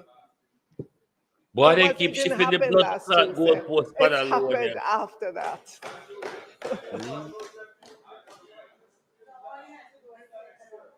Everybody you talked about a 150 million loan and they have a different answer for you. There's a question, is it reasonable to proceed with the supplementary? Yes, the business of government must go on. We have to approve the spend for Melissa, right? The post-hurricane cleanup, reconstruction, that has to happen. The business of government must go on. EPOC, the question about EPOC, Economic Program Oversight Committee. That committee sits within the Independent Fiscal Commission. It sits within there. It still has some of the same people on it. And I'm sure in time you will hear from them as well. The JPS loan, had not more questions on that. Go in terms on. of the interest rate, it was reasonable interest rate for them. Yes. I think it was about 5.5%.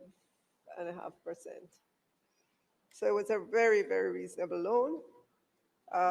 It was because of the purpose for which it was lent, to accelerate the reconstruction, to make sure people in Western Jamaica get back their electricity.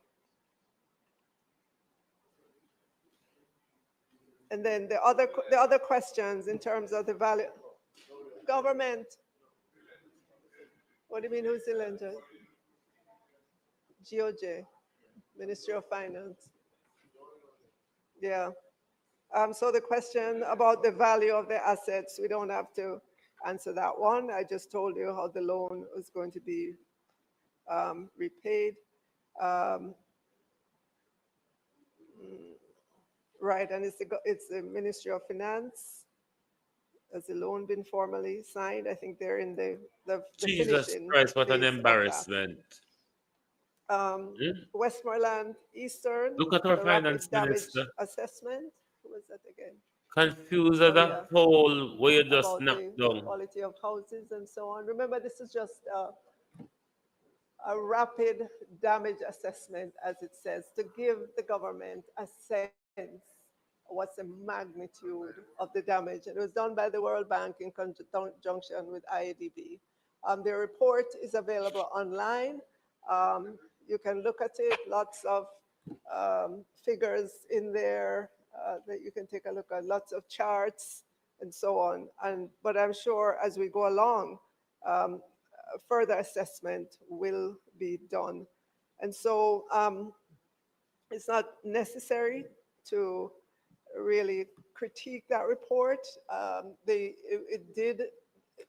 happened within a very short period of time, using drone technology, using all the whiz-bang tools at our disposal now for this rapid assessment of damage. And so we want to thank the World Bank and the IDB for just jumping in and doing that. It has given us the direction in which we can move and move with alacrity to get restoration going again. What metric to value?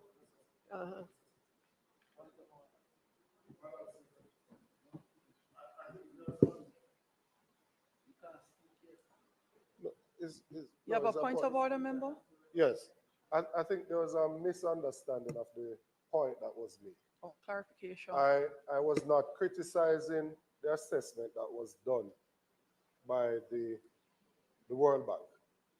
To the contrary, I was saying that that may be so based on the assets that were present in the different parishes before the hurricane. Therefore, they were more valuable based on how the structures that were present in St. Elizabeth versus Westmoreland.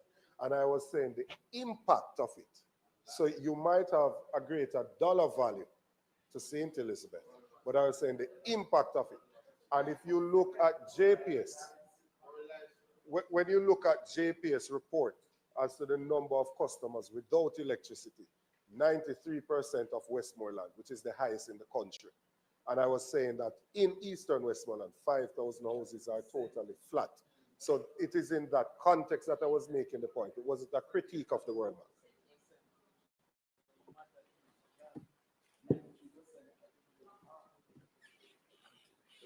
Okay.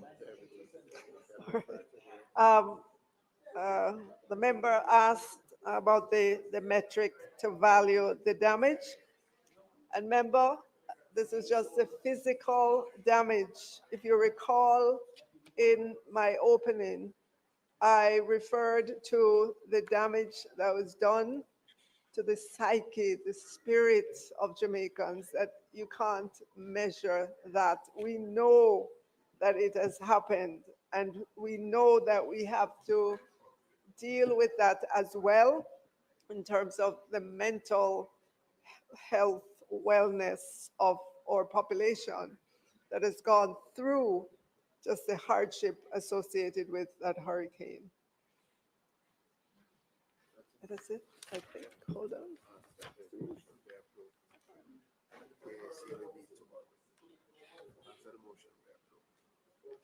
So, Madam Speaker, yes, Madam Speaker, I now ask that the motion be approved. The question is that the motions be approved. Those in favor? Those against? The ayes have it. Minister, could you please say when PAAC will meet to consider the third supplementary estimate? Madam Speaker, the PAAC will meet tomorrow to consider the third supplementary estimates. Thank you, Madam Speaker. Thank you, Minister.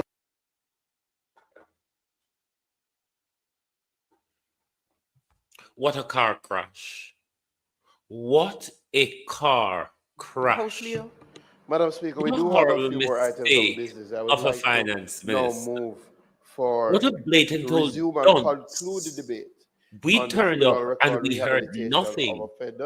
We literally and then we have one more learned we'll treat it after nothing. That, after we conclude the debate. Globalists, you can't permit me to go on a bed because me eye them a bun me. A favor with the combo. We no hear nothing. We no learn nothing. We no understand. Did Favor even spoke? Globalists. Did Favor Williams, the Minister of Finance, did she even spoke this evening? Huh? What a disgrace. So we will pay the two finance minister one time for. Does anyone know? Does anyone know why we're paid two finance minister one time? Does anyone know why Andrew why Favor make Andrew wanna scoundrel better than her this evening? What a load of I first wish to applaud you for even any consideration to such an amendment. No, sir. It is one that is What an welcomed, I'm sure, from the embarrassment. population. Did you and hear from certain members that sit in or this House learn who or is understand inundated anything? with requests You can put for it a in second the after opportunity at a comment normal life.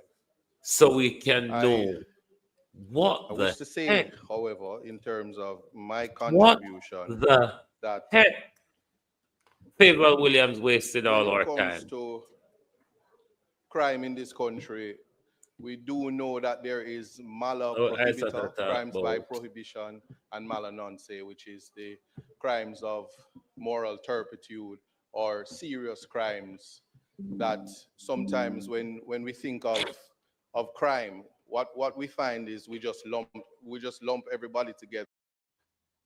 My blog post, how to write an ebook in 7 steps. I just pasted the URL here, clicked.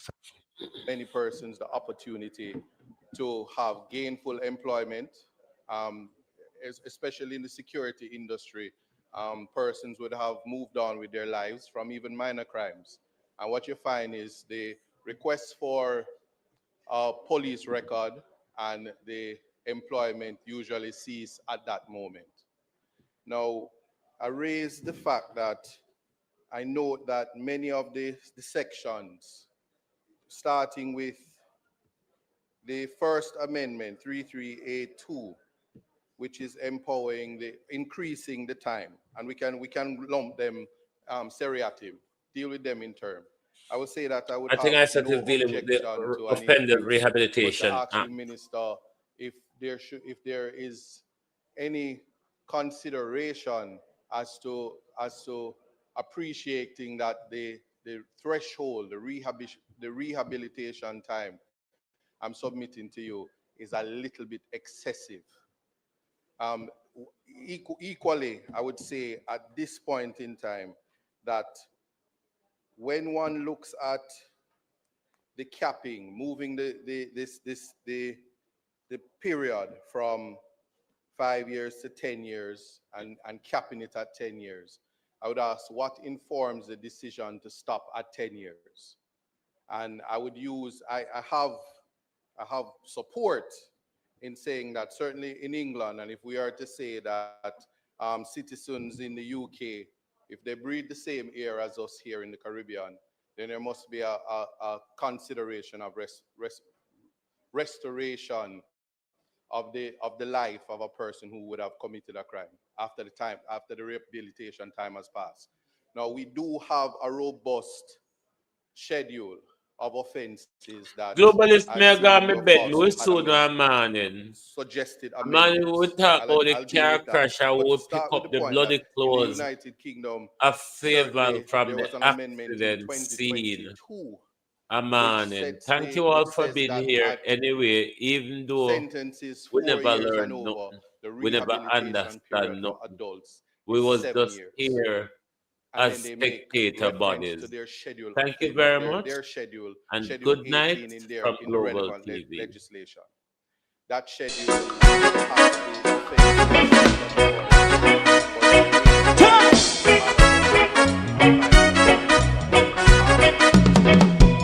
Too long in our little ghetto, run keep going on, let's process. For children of Israel do really love rights. So just as I and I as a watching man, I run Babylonian walls. Oh, children of Israel, I should never hold thy peace. What wrong is going on? Day or night, we gotta bust down Babylon walls. Preparing the way, preparing the way for your people. Let's go. Fight down war crime, fight down. Me say Rastafari, war and crime, and do the righteousness. And we love, and we love Jaja. And we love Jaja. And we love Jaja. We love Jaja. We love Jaja.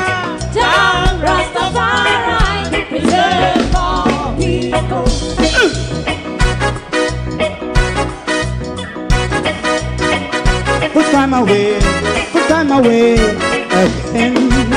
Listen. Yeah. Just as I and I as a watchman, I run Babylonian walls. Oh, children of Israel. I and I should never hold thy peace while we penalize. Hey, oh, night. We gonna bust down Babylon gates. Prepare the way. Prepare the way for Rastafari. Fight down war and crime. Fight down war and crime. Rastafari, war and crime. And build up righteousness. And we love Jah. And we love Jah. And we love Jah. Rastafari, preserve all. And we love Jah. Me love Jah. Me love Jah. Rastafari, preserve all. Me love Jah.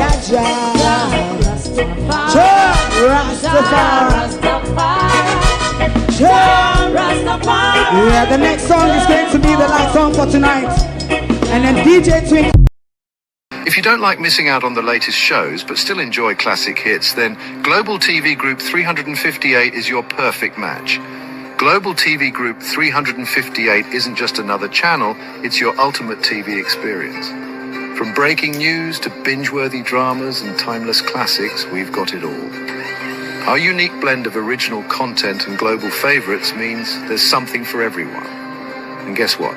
With GTVG's seamless streaming, you can watch anywhere, anytime. Plus, our interactive features let you be part of the action. So, whether you're a seasoned binge watcher or a casual viewer, Global TV Group 358 is here to keep you entertained day and night.